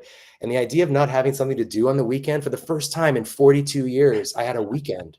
Yeah. And I was like, this is amazing. Yeah. It was just, like, this is why people don't go to church, because you can go mountain biking and hiking, and you can go to the beach. You can do whatever you want. Yeah. So I was really, I was so apologetic, and I was so hard on the spiritual but not religious people, because I always said, this is a cop out. Church attendance is important. It's part of communal, experience. And suddenly I was like, oh, I'm so sorry for all the things I said about the spiritual but not religious people. And in the midst of all that, I took a break, and I went to Nicaragua for 6 weeks and studied Spanish at a language school. And otherwise just kind of took some time off, did some traveling while I was in Nicaragua, and came back. And by then it was like late summer or into the fall. And I started to feel my severance pay running out, and I needed something to do. And I was applying for jobs and various things, but I started to feel the pressure of that. And I needed a project also, not just pay, but something to put my energy into. And I mentioned this idea because I had read a book by Alain de Botton called Atheism for Christian. What was it called? He has a book about atheism that's sort of cast in this very welcoming kind of light. And I had read, Richard Dawkins and Christopher Hitchens' books, and, had issues with them, especially Dawkins is has such a thin grasp of Christianity. But I was intrigued, by their questions. And I also had my own sort of creeping atheistic feelings or thoughts, like that when you pray, there's like probably nobody there on the other side of that or whatever. And I was just so tired of the whole thing. And I was just like, I need a break. I'm going to take a year and I'm not going to go to church. I'm not going to read the Bible. I'm just going to like stop all of that. And I wonder what, and the curiosity was like, I wonder what will happen, because according to the Christian story, if I separate myself from God, bad things should probably happen to me, right? Like I should probably be depressed. I should probably be dissatisfied with my life. Maybe I would, if you're more into the superstitious kind of thing, that maybe bad things would start to happen to me as a result of my choice. And it would be an interesting way to just sort of see if faith matters that much for me. And it's just like a one person. It's just not like real data, right? It's a very anecdotal, but it would be my own personal experiment. And I wrote a blog about it on the Huffington Post. And I started my own blog at the same exact time. I started a new Twitter for it. And at that point, I wrote a blog post. I was like the 30th of December or the 31st. I can't remember, one of those. And in what year was that? 2023. Yeah. So a little over 10 years ago. And 2013. 2020. Yeah. I'm sorry. Yeah. 2013. Yes. 2013. And I went to bed and woke up and had 1,000 followers on Twitter and like hundreds of emails. Yeah. There were like several hundred comments on my blog post, which I'd never had anything near that before. And I had within 24 hours, I had a phone call from CNN. Yeah. I had a phone call from like dozens of bloggers, atheist bloggers, who wanted to talk to me. Hemant Mehta, who's probably one of the most famous atheist bloggers, had written a blog post about me. And because what I said in my initial blog post is, I'm going to take a year without God. I'm going to try on atheism for a year. And Hemant just lost his mind. He was like, you can't try on atheism. That's not a thing. You can't do that. That's like, like you either believe in God or you don't, And I was like, all right, fine. I said I didn't know what I was doing. I said in the blog post, I don't know what I'm doing. So I wrote back to him on my blog and I said, all right, Hemant Mehta, how should I be doing it? If that's the wrong way, then what should I be doing? And we struck up a friendship, and he ended up doing a GoFundMe because I lost as soon as I did my Year Without God blog post. I was teaching adjunct at a Christian university. I was also teaching at Loma Linda University, one class. And I was also working at Fuller Seminary, working with graduate students, helping them with their dissertation, kind of coaching them on their dissertation. All three of those institutions cut me loose like that. Wow. And yeah, so I went from having a comfortable income to having a very sketchy adjunct income to having no income. Wow. And that really got my attention. I was really worried because I was also by then going through a divorce. Wow. So I was responsible for my ex-wife, well, not quite yet ex, but my wife and our two daughters. And so I was trying to pay their rent and also try to find a place to live. I was staying with my dad, who was nearby. You had a lot going on. I had a lot going on, and it was very difficult.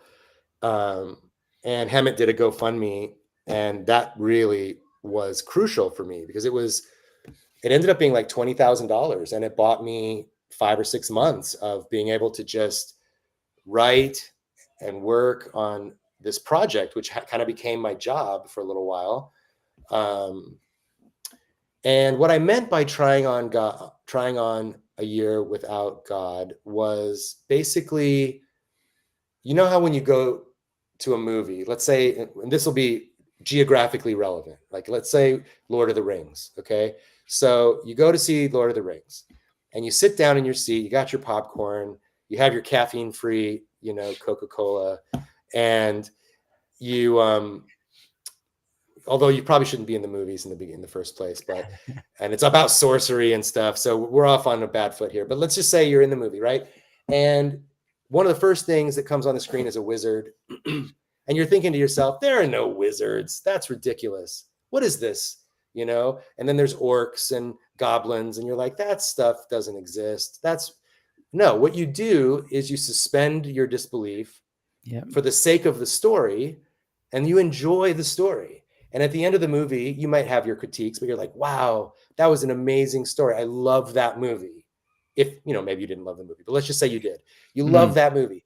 Loving the movie doesn't mean that you believe that there are orcs, or that you believe that there are wizards or a place called Middle Earth. It just means that on its own terms, in the universe that Tolkien created, it was a cohesive narrative within that world. And I kind of think, to an extent, Christianity or any religion is like that. And so I said, what I'm trying to do is in the reverse. I'm basically suspending not disbelief, but suspending belief for the sake of a thought experiment. I'm going to see what is it like if I basically say, I'm not going to pray, I'm not going to read the Bible. When times get tough, I'm not going to turn to God for help. I'm not going to be like, Lord, save me, or help me find my car keys. It's just me and the people around me, my friends, my relatives, my, you know, whoever, my community. And that was the basis of the experiment. And I thought it was legitimate. Some people were like, oh, he's the atheist. You said it caused a ruckus in the Adventist church. I didn't hear as much about that, but it really caused a ruckus in the atheist community because people thought I was a fraud. They accused me of, oh, he's already an atheist. He's just doing this as a game to make money somehow. Yeah. Or he's a Christian and he's just doing this. And at the end, he's going to go back to Christianity. Yeah. And they're all going to like praise him for coming back. Yes. Yeah. So they had their conspiracy theories about what I was really up to. Yes. I remember, and whatever people say about him, love him, hate him, Matt Dillahunty, I, not so much anymore, but I used to listen to a lot of his material on the Dillahunty, yeah, Matt Dillahunty on the Atheist Experience podcast, because he's a master of logical, rational thinking. You know, your fallacies and all this, and it's very interesting to listen to him. And one day I'm watching him, and you come on the show, and he's chatting to you, and I think that show was good for you in the atheist community because they got to see you and go, oh, hang on, this guy is genuine. And it, like, if you're an Adventist, you kind of see what you did and you kind of totally understand it. But if you're a secular person, you look at that and you have all sorts of what's he doing? There could be all sorts of reasons, which in some ways they were right. It could have been all those things. Those thoughts crossed my mind. I thought, is Ryan doing this so that after a year he'll come back and he'll say, yes, there is a God, and reinforce. I was on the edge of my seat going, what's going to happen? Do I have to wait a whole year? Do I have to wait a year? I had people trying to convince me to come out as an atheist sooner. I got offered like the main stage at the atheist conference, the American Atheist Conference. If I would, it was only like March. Oh, it was Easter, right? It was Easter, and they held that year. It was the only year I really went. I don't think I ever been to the American Atheist Conference except for that one year, and it was in Salt Lake City, and on Easter. It's always on Easter, and I went at the invitation of the president of American Atheists at the time. They comped my entrance fee, and I was able to drive. It's driving distance from Los Angeles. It's a long drive, but and it was great. And it's so funny because the atheist community has, like, it's weird. You know how like apocalyptic religions sort of attract weird people with all kinds of like conspiracy theories and ideas about the book of Revelation that, you know, go from A to Z, like, you know, and atheism is similar. It attracts some weirdos, you know, who are trying to hawk their thing that they're trying to convince everybody about or whatever. I was like, wow, this is very much like a church conference. It's like a church and conference and a Star Trek conventions combined. yeah, there's a lot of cosplay. There's a lot of it's just you know what it is. It's a cross section of normal humanity. Yes. They just don't. Yeah. They just don't. They have this one thing in common, where they don't believe in a God. So part of my experiment for the year was to visit some of these gatherings, because my first, the amazing thing was in Hollywood, I really got involved in interfaith communities. I could have introduced you to Sikhs, Buddhists, Muslims, Hindus of various types. I could have introduced you to every brand of Christian in the city of Los Angeles, but I didn't have a personal connection to one atheist. I didn't know anyone. I didn't know that there was a what's it called, Center for Inquiry, walking distance from my church. There was a Center for Inquiry, and I drove by it. I was like, "What's the Center for Inquiry?" I had no idea. Interesting. And so my interfaith experience just didn't include non-religious people, which was a real eye-opener for me. And so I started the year going like, "Do atheists gather?" Yeah. Kind of almost like a punchline, like that would be funny, right? And indeed they do. Some of them, not all of them. Some are more like, my experience of leaving the church was like, oh, I love my Sunday newspaper and a cup of coffee. Like I'm happy to just sit at home and not have an obligation like that. Yeah. But yes, like John says in the chat, come let us reason together. So there's definitely like a motivation for some people to, and I love that. I love that. Like, I think philosophically minded people have gathered in salons to talk about things like this forever. Like, I think the whole notion of meeting together to share ideas and to think things through, especially before the internet and before television, people got together to listen to people read books, and talk about it. Like your town square kind of gathering and chatting, and yeah, absolutely. which seems hard to do these days. Yeah. So yeah, so you're invited. You're invited to go on if you ended your year at the convention. You were invited to come on the main stage. And I said no, I'm gonna, because I really wanted to commit, because I said, look, right now I am inclined to think atheism is more or less true, but it's early in the year, and it's sort of like you're fresh off of a breakup. It's probably not the greatest time to get involved in a new relationship. So I was like, look, let me get some space from this. I'm going to take this year. I said I was going to take the year. I'm going to take the year. By mid-year, I had basically, it was like layers of an onion, right? Like, Adventism was the first thing to go. And it was like waking up from a dream, like a nightmare in a way. Not a nightmare in the sense that my being an Adventist was like a nightmare, but when you're in a dream like that, it all feels so real, and it all feels scary in some sense, leaving. Like, what if I'm wrong? I've been told that if I leave the church, that would be the end for me, and people will disown me, and I'll lose all these friendships. And when you leave, you do lose friendships, no doubt. You find out who your real friends are. But it's also, you wake up and you're like, life's not so, nothing, like, I didn't get struck by lightning. Nothing bad is happening.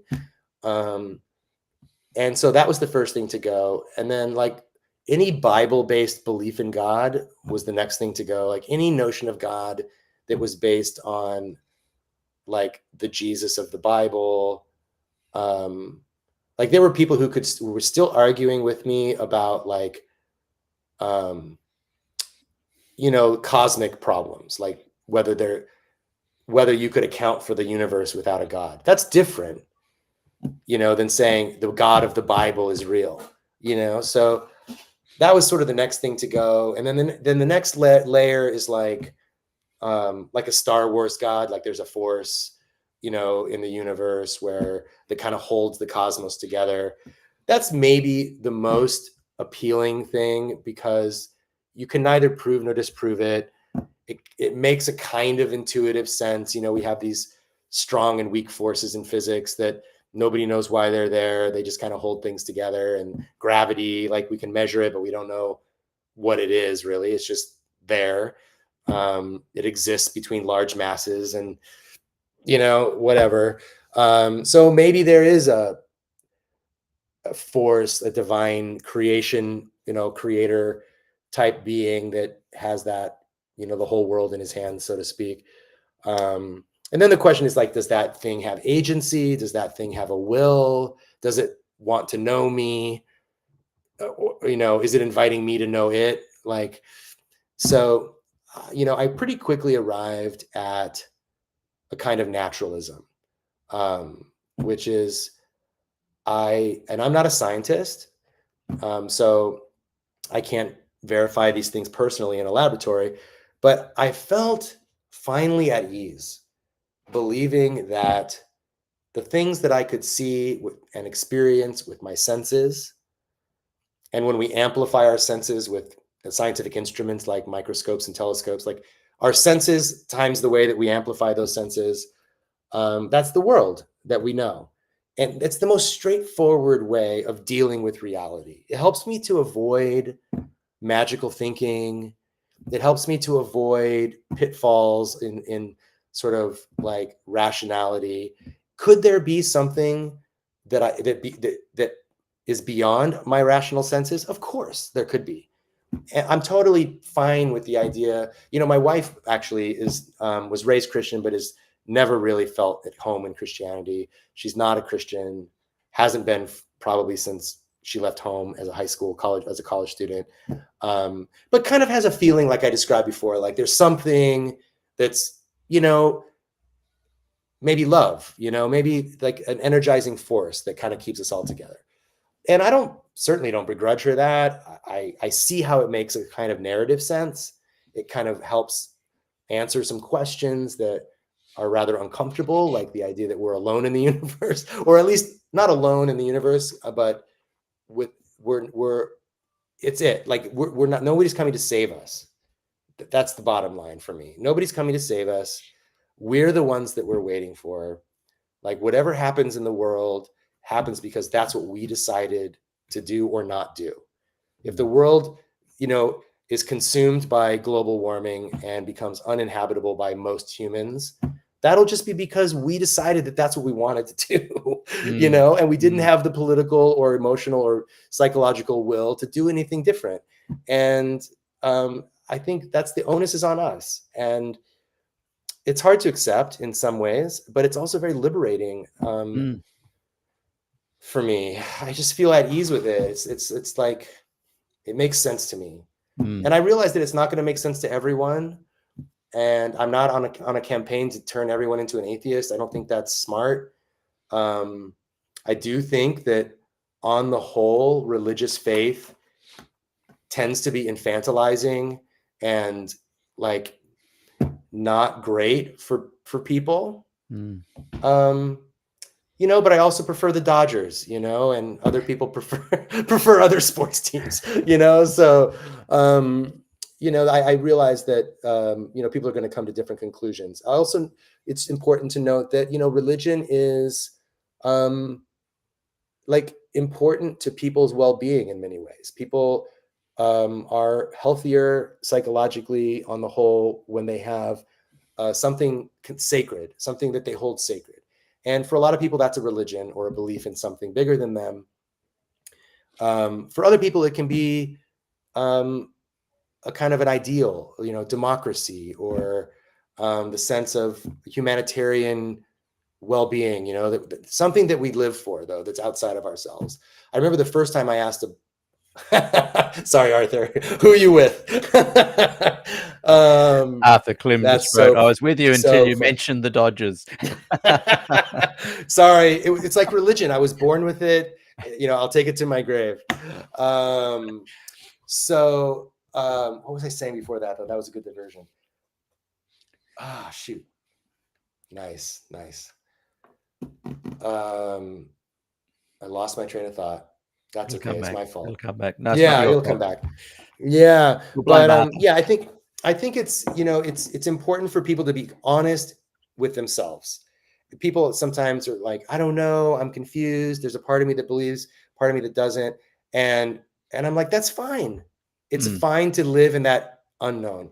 And sometimes we talk about that in social sciences as a liminal space. There's been some great liminal research on liminal spaces where you're kind of neither this nor that, right? So Mm. you're in this in between. And the original research on liminal spaces was indigenous tribes who had a coming of age ceremony for young men. And when they go out into the wilderness of their village to fight the elements and come back a man, while they're out there, they're neither a boy nor a man. Mm. They've left boyhood behind, but they've not yet returned as a man. Mm. Pardon the very male-oriented nature of this study, but uh, that's a good way of thinking about liminality. It's a good way of thinking Mm. about I'm neither this nor that. I don't know what I am, and my message to people was like, learn to be comfortable with that. Learn to be Yeah. comfortable with not knowing what you are. You don't have to be anything. Nobody's asking you to check a box.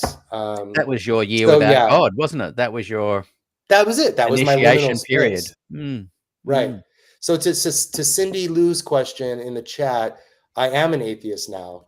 I don't believe in any like sort of outside um, intelligence that would have an influence on our lives or direct how we live. It's pretty much what you see is what you get, um, and I think that's one way of being an atheist. There's other types of atheists, but I'm really happy with my life. I haven't. I have a sense of relief about it. And people ask me, what if you get to the pearly gates, metaphorically speaking, and you're standing on Judgment Day, and God says, "Hey, you were wrong, buddy. Here I am." My sort of cheeky answer to that is, I hope that God would say, "Well, congratulations on using your brain. Yeah, You came to the exactly. conclusion that you thought was the right one. You know, Exactly. Get enter on into in. my kingdom. Enter Yeah, I into my love that. kingdom." Yeah, like I love that. uh, Yeah. and I thought like that's what I hope. If God's not like that, I don't want to spend eternity with him anyway. Mm. Yeah. Yeah. So and I think there's other possibilities, right? There's other possibilities. There could be gods that either grew bored of us and abandoned us to our own devices, which might be why God doesn't intervene to save the world in more tangible ways. Like the old metaphor is like a child that got an ant farm for a holiday for their birthday, and they set up this ant farm and they put the ants in it, and they're seeing the tunnels, and this is amazing. And then they get bored of the ant farm and they set it over here and they go on and do other things, and the ants are just like, where'd he go? Yeah. Or Yeah. maybe God is malevolent. God could be this real asshole, Mm. who's toying with us, that type of Or thing. we could be in a simulation. Right. One of the Yeah, we things could be. one of the things I really like and am taking away from this, and I agree with 100%, is this notion of using your own brain to draw your own conclusions given the data you've got around you that you've been given. I think that's a Right. really healthy process. One thing I've noticed recently, and it really only just dawned on me, I think in the last interview or two ago, um, that when I was interviewing Glenn Sackett, who's still Oh an yeah. Adventist. He's in his 70s, still an Adventist, a chaplain, lovely guy. And he um, I was kind of talking about recently, I've gotten some pushback when in my mind, I'm just attacking an idea, a belief, but the people see that and then they kind of attack me back. And I'm like, why are they attacking me? And he helped me realize, well, they perceive that I'm attacking them, not their belief. I've been fortunate enough to kind of, however I've grown up is to separate that. If people are attacking my beliefs, I kind of don't mind. I don't see it as me. But when I realized that, I thought, oh, wow, sorry to everyone I've been attacking this year, because they think I'm attacking them. I've noticed with Hmm. Adventists, with Seventh-day Adventists, though, the Adventist apologists particularly is even more pronounced in their, oh, you've just attacked me, brother. Um, Why do you think that is? Like I've had other podcasts. I've interviewed people in the secular community. I had another one called Free Thinkers International. I interviewed Dan Barker and Oh yeah, Anthony good guy. Magnabosco on street Okay. epistemology, and Dan Barker's wife. And I had quite a lot of fun interviewing different people there in that community. And they kind of didn't mind the pushback. Other denominations, yeah, there's a bit of an association that they have with, hang on, that's my beliefs. Well, careful. But Adventists almost tie themselves to the beliefs so much that they can't even separate that you aren't attacking them, that you are just Yeah. attacking their beliefs. What advice would you give me to kind of have conversations, Yeah. like even with Nathan Brown? Sometimes I've sensed in my chats with him that he thinks I'm having a go at him, but I'm really just talking about Right. what I think his stance is or his belief is.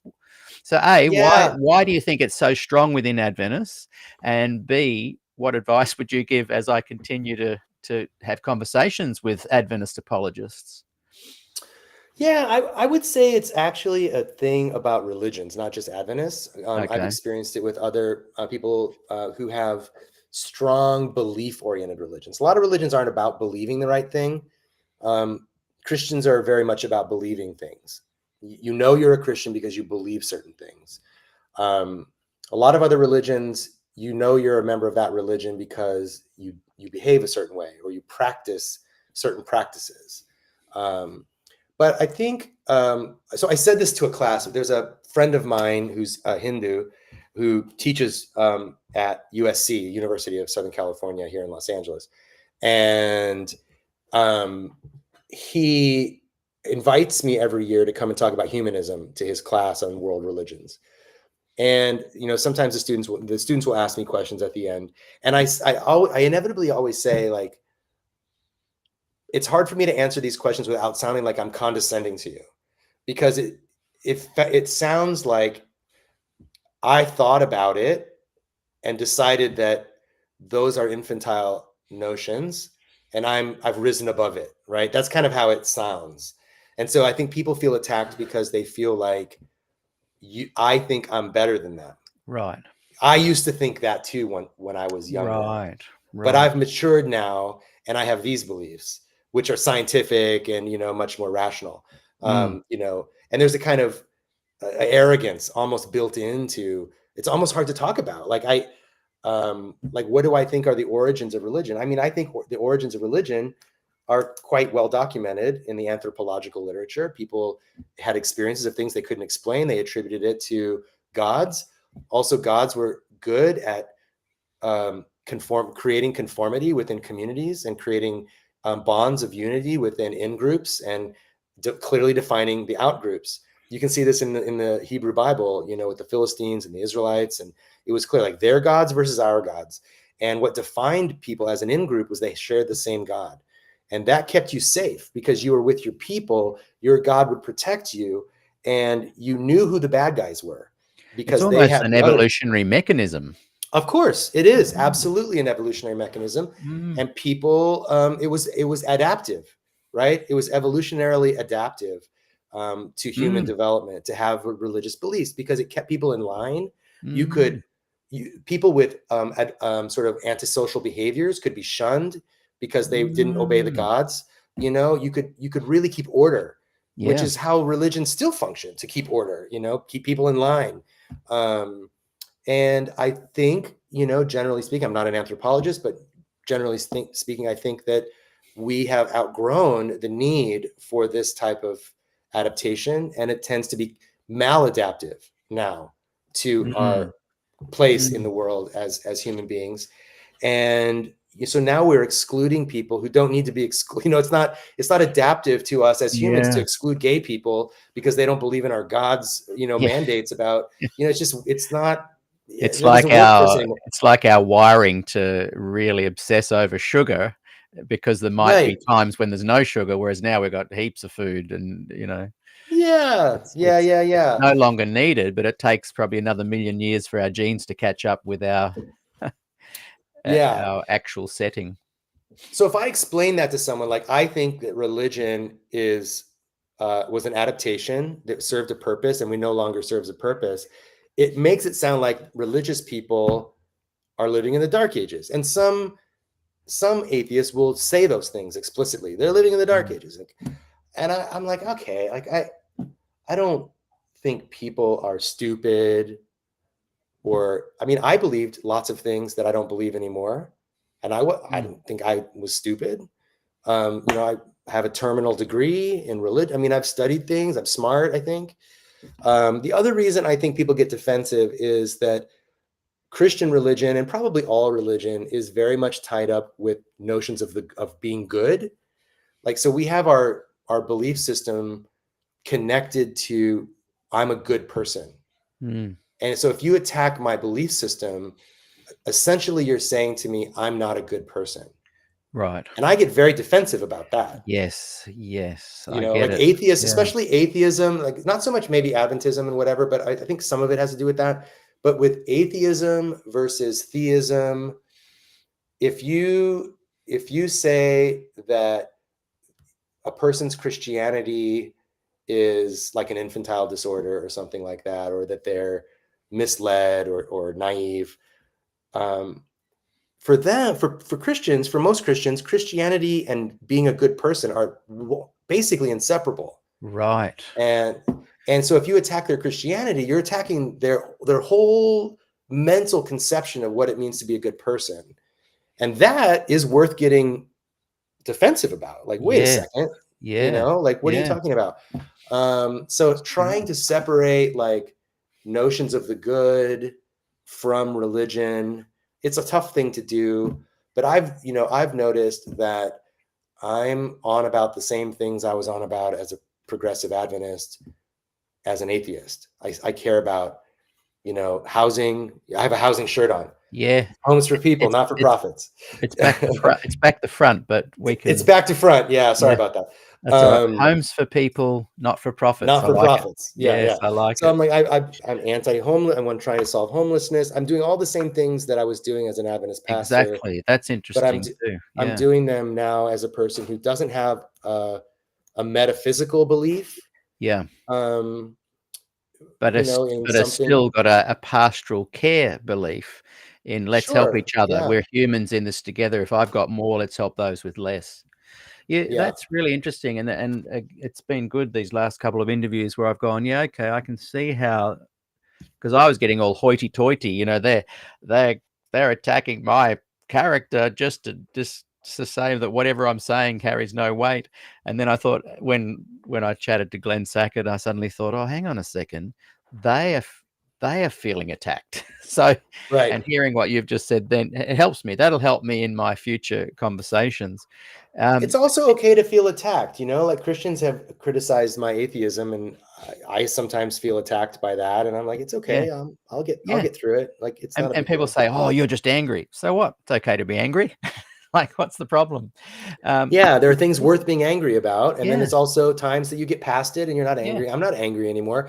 In fact, when you reached out to me for the interview, I was like, do I really want to get into all this again? It's been 4 years since I've even thought about, like, I don't go around thinking of myself as an atheist. I don't talk about it. It doesn't come up in conversation. I just, I live my life. I have a really meaningful job where I work to organize tenants to protect their housing from abusive landlords. And it gives me a lot of sense of purpose and meaning in my life. I have a remarkable relationship that I get to spend with my wife every day. I'm very happy being at home and cooking dinner. Like all these things give me joy. I don't think about it.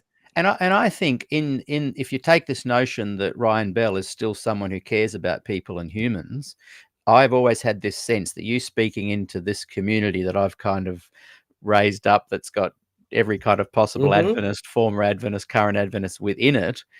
I knew that what you would say would be beneficial to them, and that's why I kind of persisted.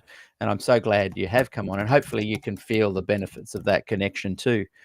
I'm interested in your thoughts there. You highlighted really well about this identity and this connection that people have, and that in protecting this I'm a Christian or I'm an Adventist, don't attack me.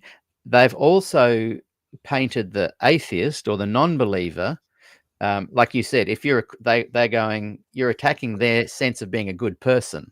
So if you're Right. saying to someone you're a good person, it's okay to build up that fortress, but they seem to have also built up a wall against the atheist.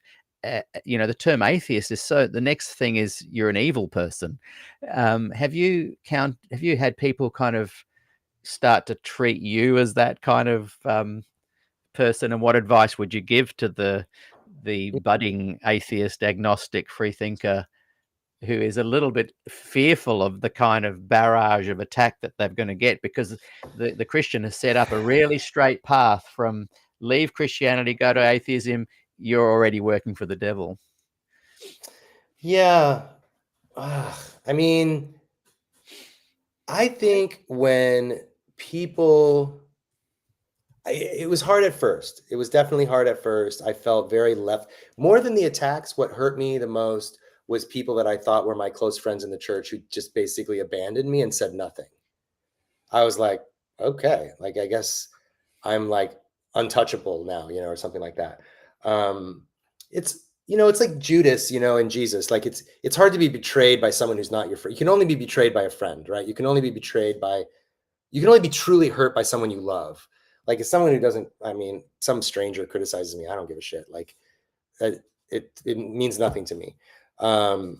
So that's hard, when people that you love and trust start to question your basic goodness.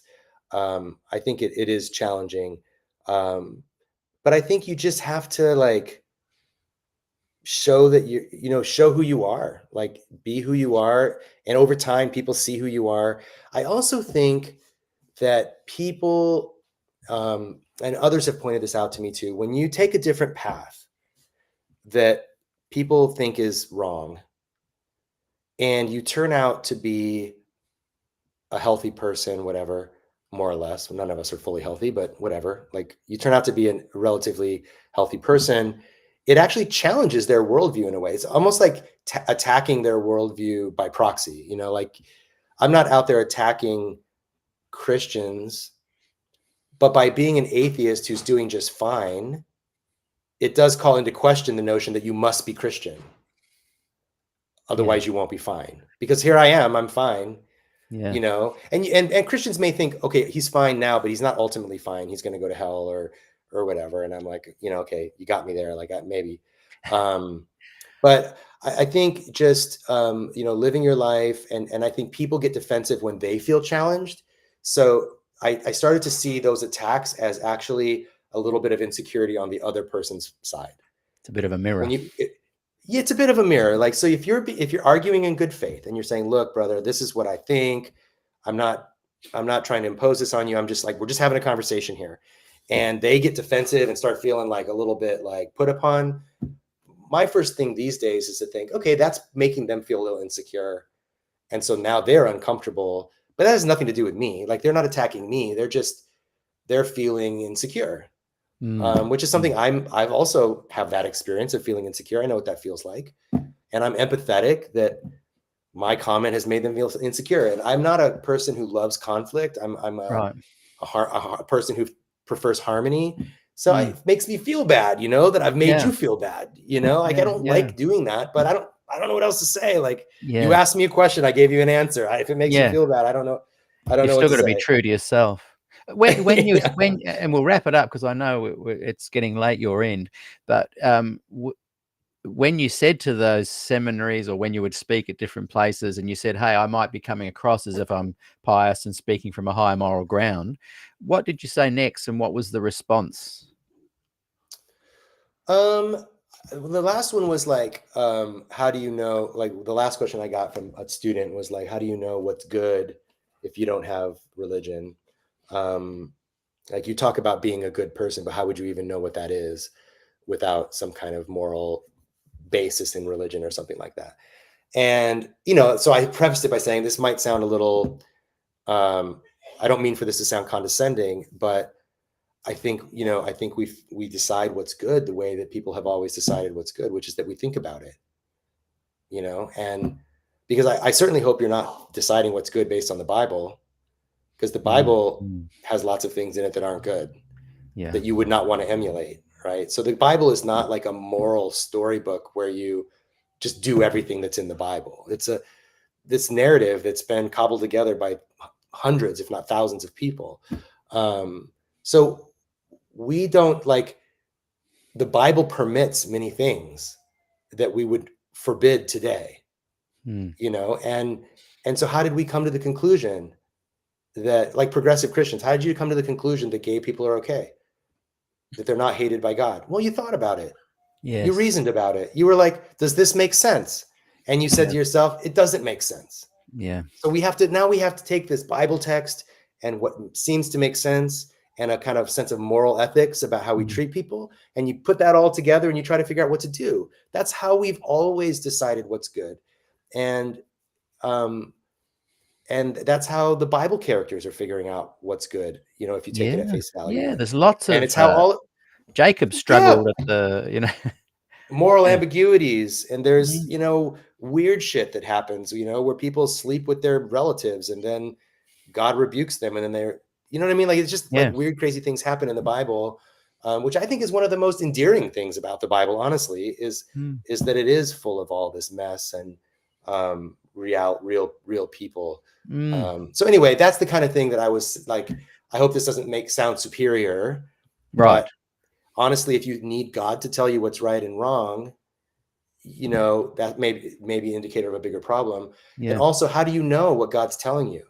Yeah. Like, is it just in your head? Like, if Yeah. it's just in your head, then you're coming to moral conclusions the same way I'm coming to moral conclusions. You're Mm, just attributing it to God.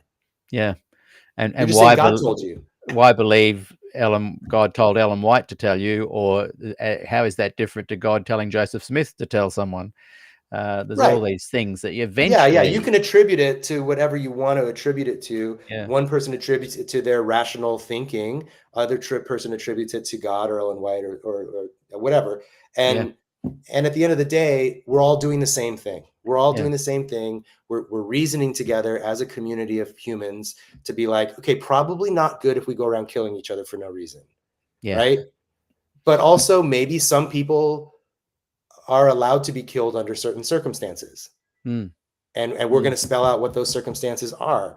And we're going to spend the next 1,000 years debating if those circumstances are appropriate circumstances for killing people, yeah. you know? And that's exactly what we're doing. That's Mm, exactly what we've done. We've said, you shouldn't kill people. Well, unless they break into your house and try to harm you, then it's okay, right? And you'll probably still feel really awful about it, but we're not going to criticize you. We're not going to throw you in jail for that, because you were just defending yourself, right? So, it's like we rationalize and we think and we come up with what's best for the community, and human beings have been doing this from the beginning of our sentience. When we mm, woke up and we were like, okay, how do we live together? If it's just you and me, Peter, we could probably come up with some ways. But you add 1,000 more people, now we've got yeah. to think of different. How are we gonna? Who Mm, gets to live on this land and who gets to build this yeah. house? And like, And we have then to come up with some rules. throw in the validity of their God, whether it's Yeah, Zeus or Odin, or throw in that into the mix, and it's even more yeah, confusing. Hey, yeah, for sure. John Kaler wrote a nice message earlier. You're really sharing deep vulnerability. Thank you for that genuineness, and that's what's really come across today in our chat. Uh, I love your work, Ryan. I've been a big fan, and thank you for coming on the program, because I think uh, my goal to have you be your authentic self um, normalizes for a lot of people that may be fearful of someone who has become an atheist. I think as soon as you put up barriers towards listening to other people, just because you think, oh, they are evil or whatever, right. I think you've been able to dispel some of that today, and I really thank you for coming on the program. Yeah, I One last appreciate quick that comment from from from John. John. Was it John? Yes, John Kaler. That Yeah, and then and Rick had another. Not thank you, Rick. was this. I'll just. I think that's this one. Ryan Yeah, sent that straight up. one. Yeah, We might not see eye to eye on everything, but God calls us to love and respect. Um, absolutely. and Appreciate I that. think that's come across, and I love having conversations like this within the SDA Q&A community, because there is a lot of robust back and forth and push and shove, but ultimately, if people can be respectful and kind and civil, you can talk about anything, and Sure. it's okay. Now, so one last Yeah. quick thing, because a lot of people have asked me this week to ask you, and I looked for it, I couldn't find it, but during your A Year Without God, you were mentioning there was a couple of young blokes that were doing a bit of a documentary on it. Did that ever get finished?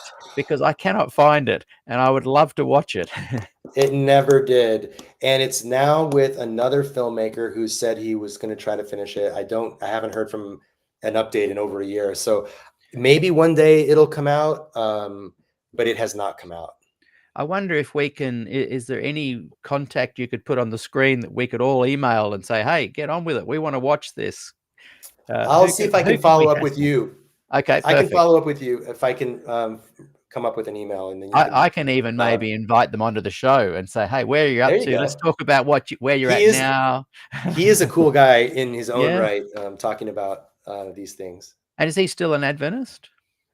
Oh, those guys, they were the filmmakers who were originally on the project are, I think, like a lot of people, I think they're sort of culturally Adventist. I think they're connected to the community more than I am. Right. What they believe exactly, I think at least one of them doesn't really have any God belief to Right. speak of. But yeah. Yeah, that's great.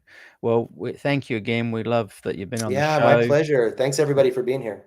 Tomorrow we've got Gillian Ford on. Did Des Ford have any influence on you in your growing up, Um, changing to more progressive views at all? I was a little young for the Des Ford Yeah. stuff. You're in I that was born in generation that slipped through that. Yeah. Yeah, I was born in 71 and really sort of I went to PUC in 89 and there were still some like fallout from the Ford controversy at PUC at that time, and there was definitely the professors were like shoring up things, in the aftermath.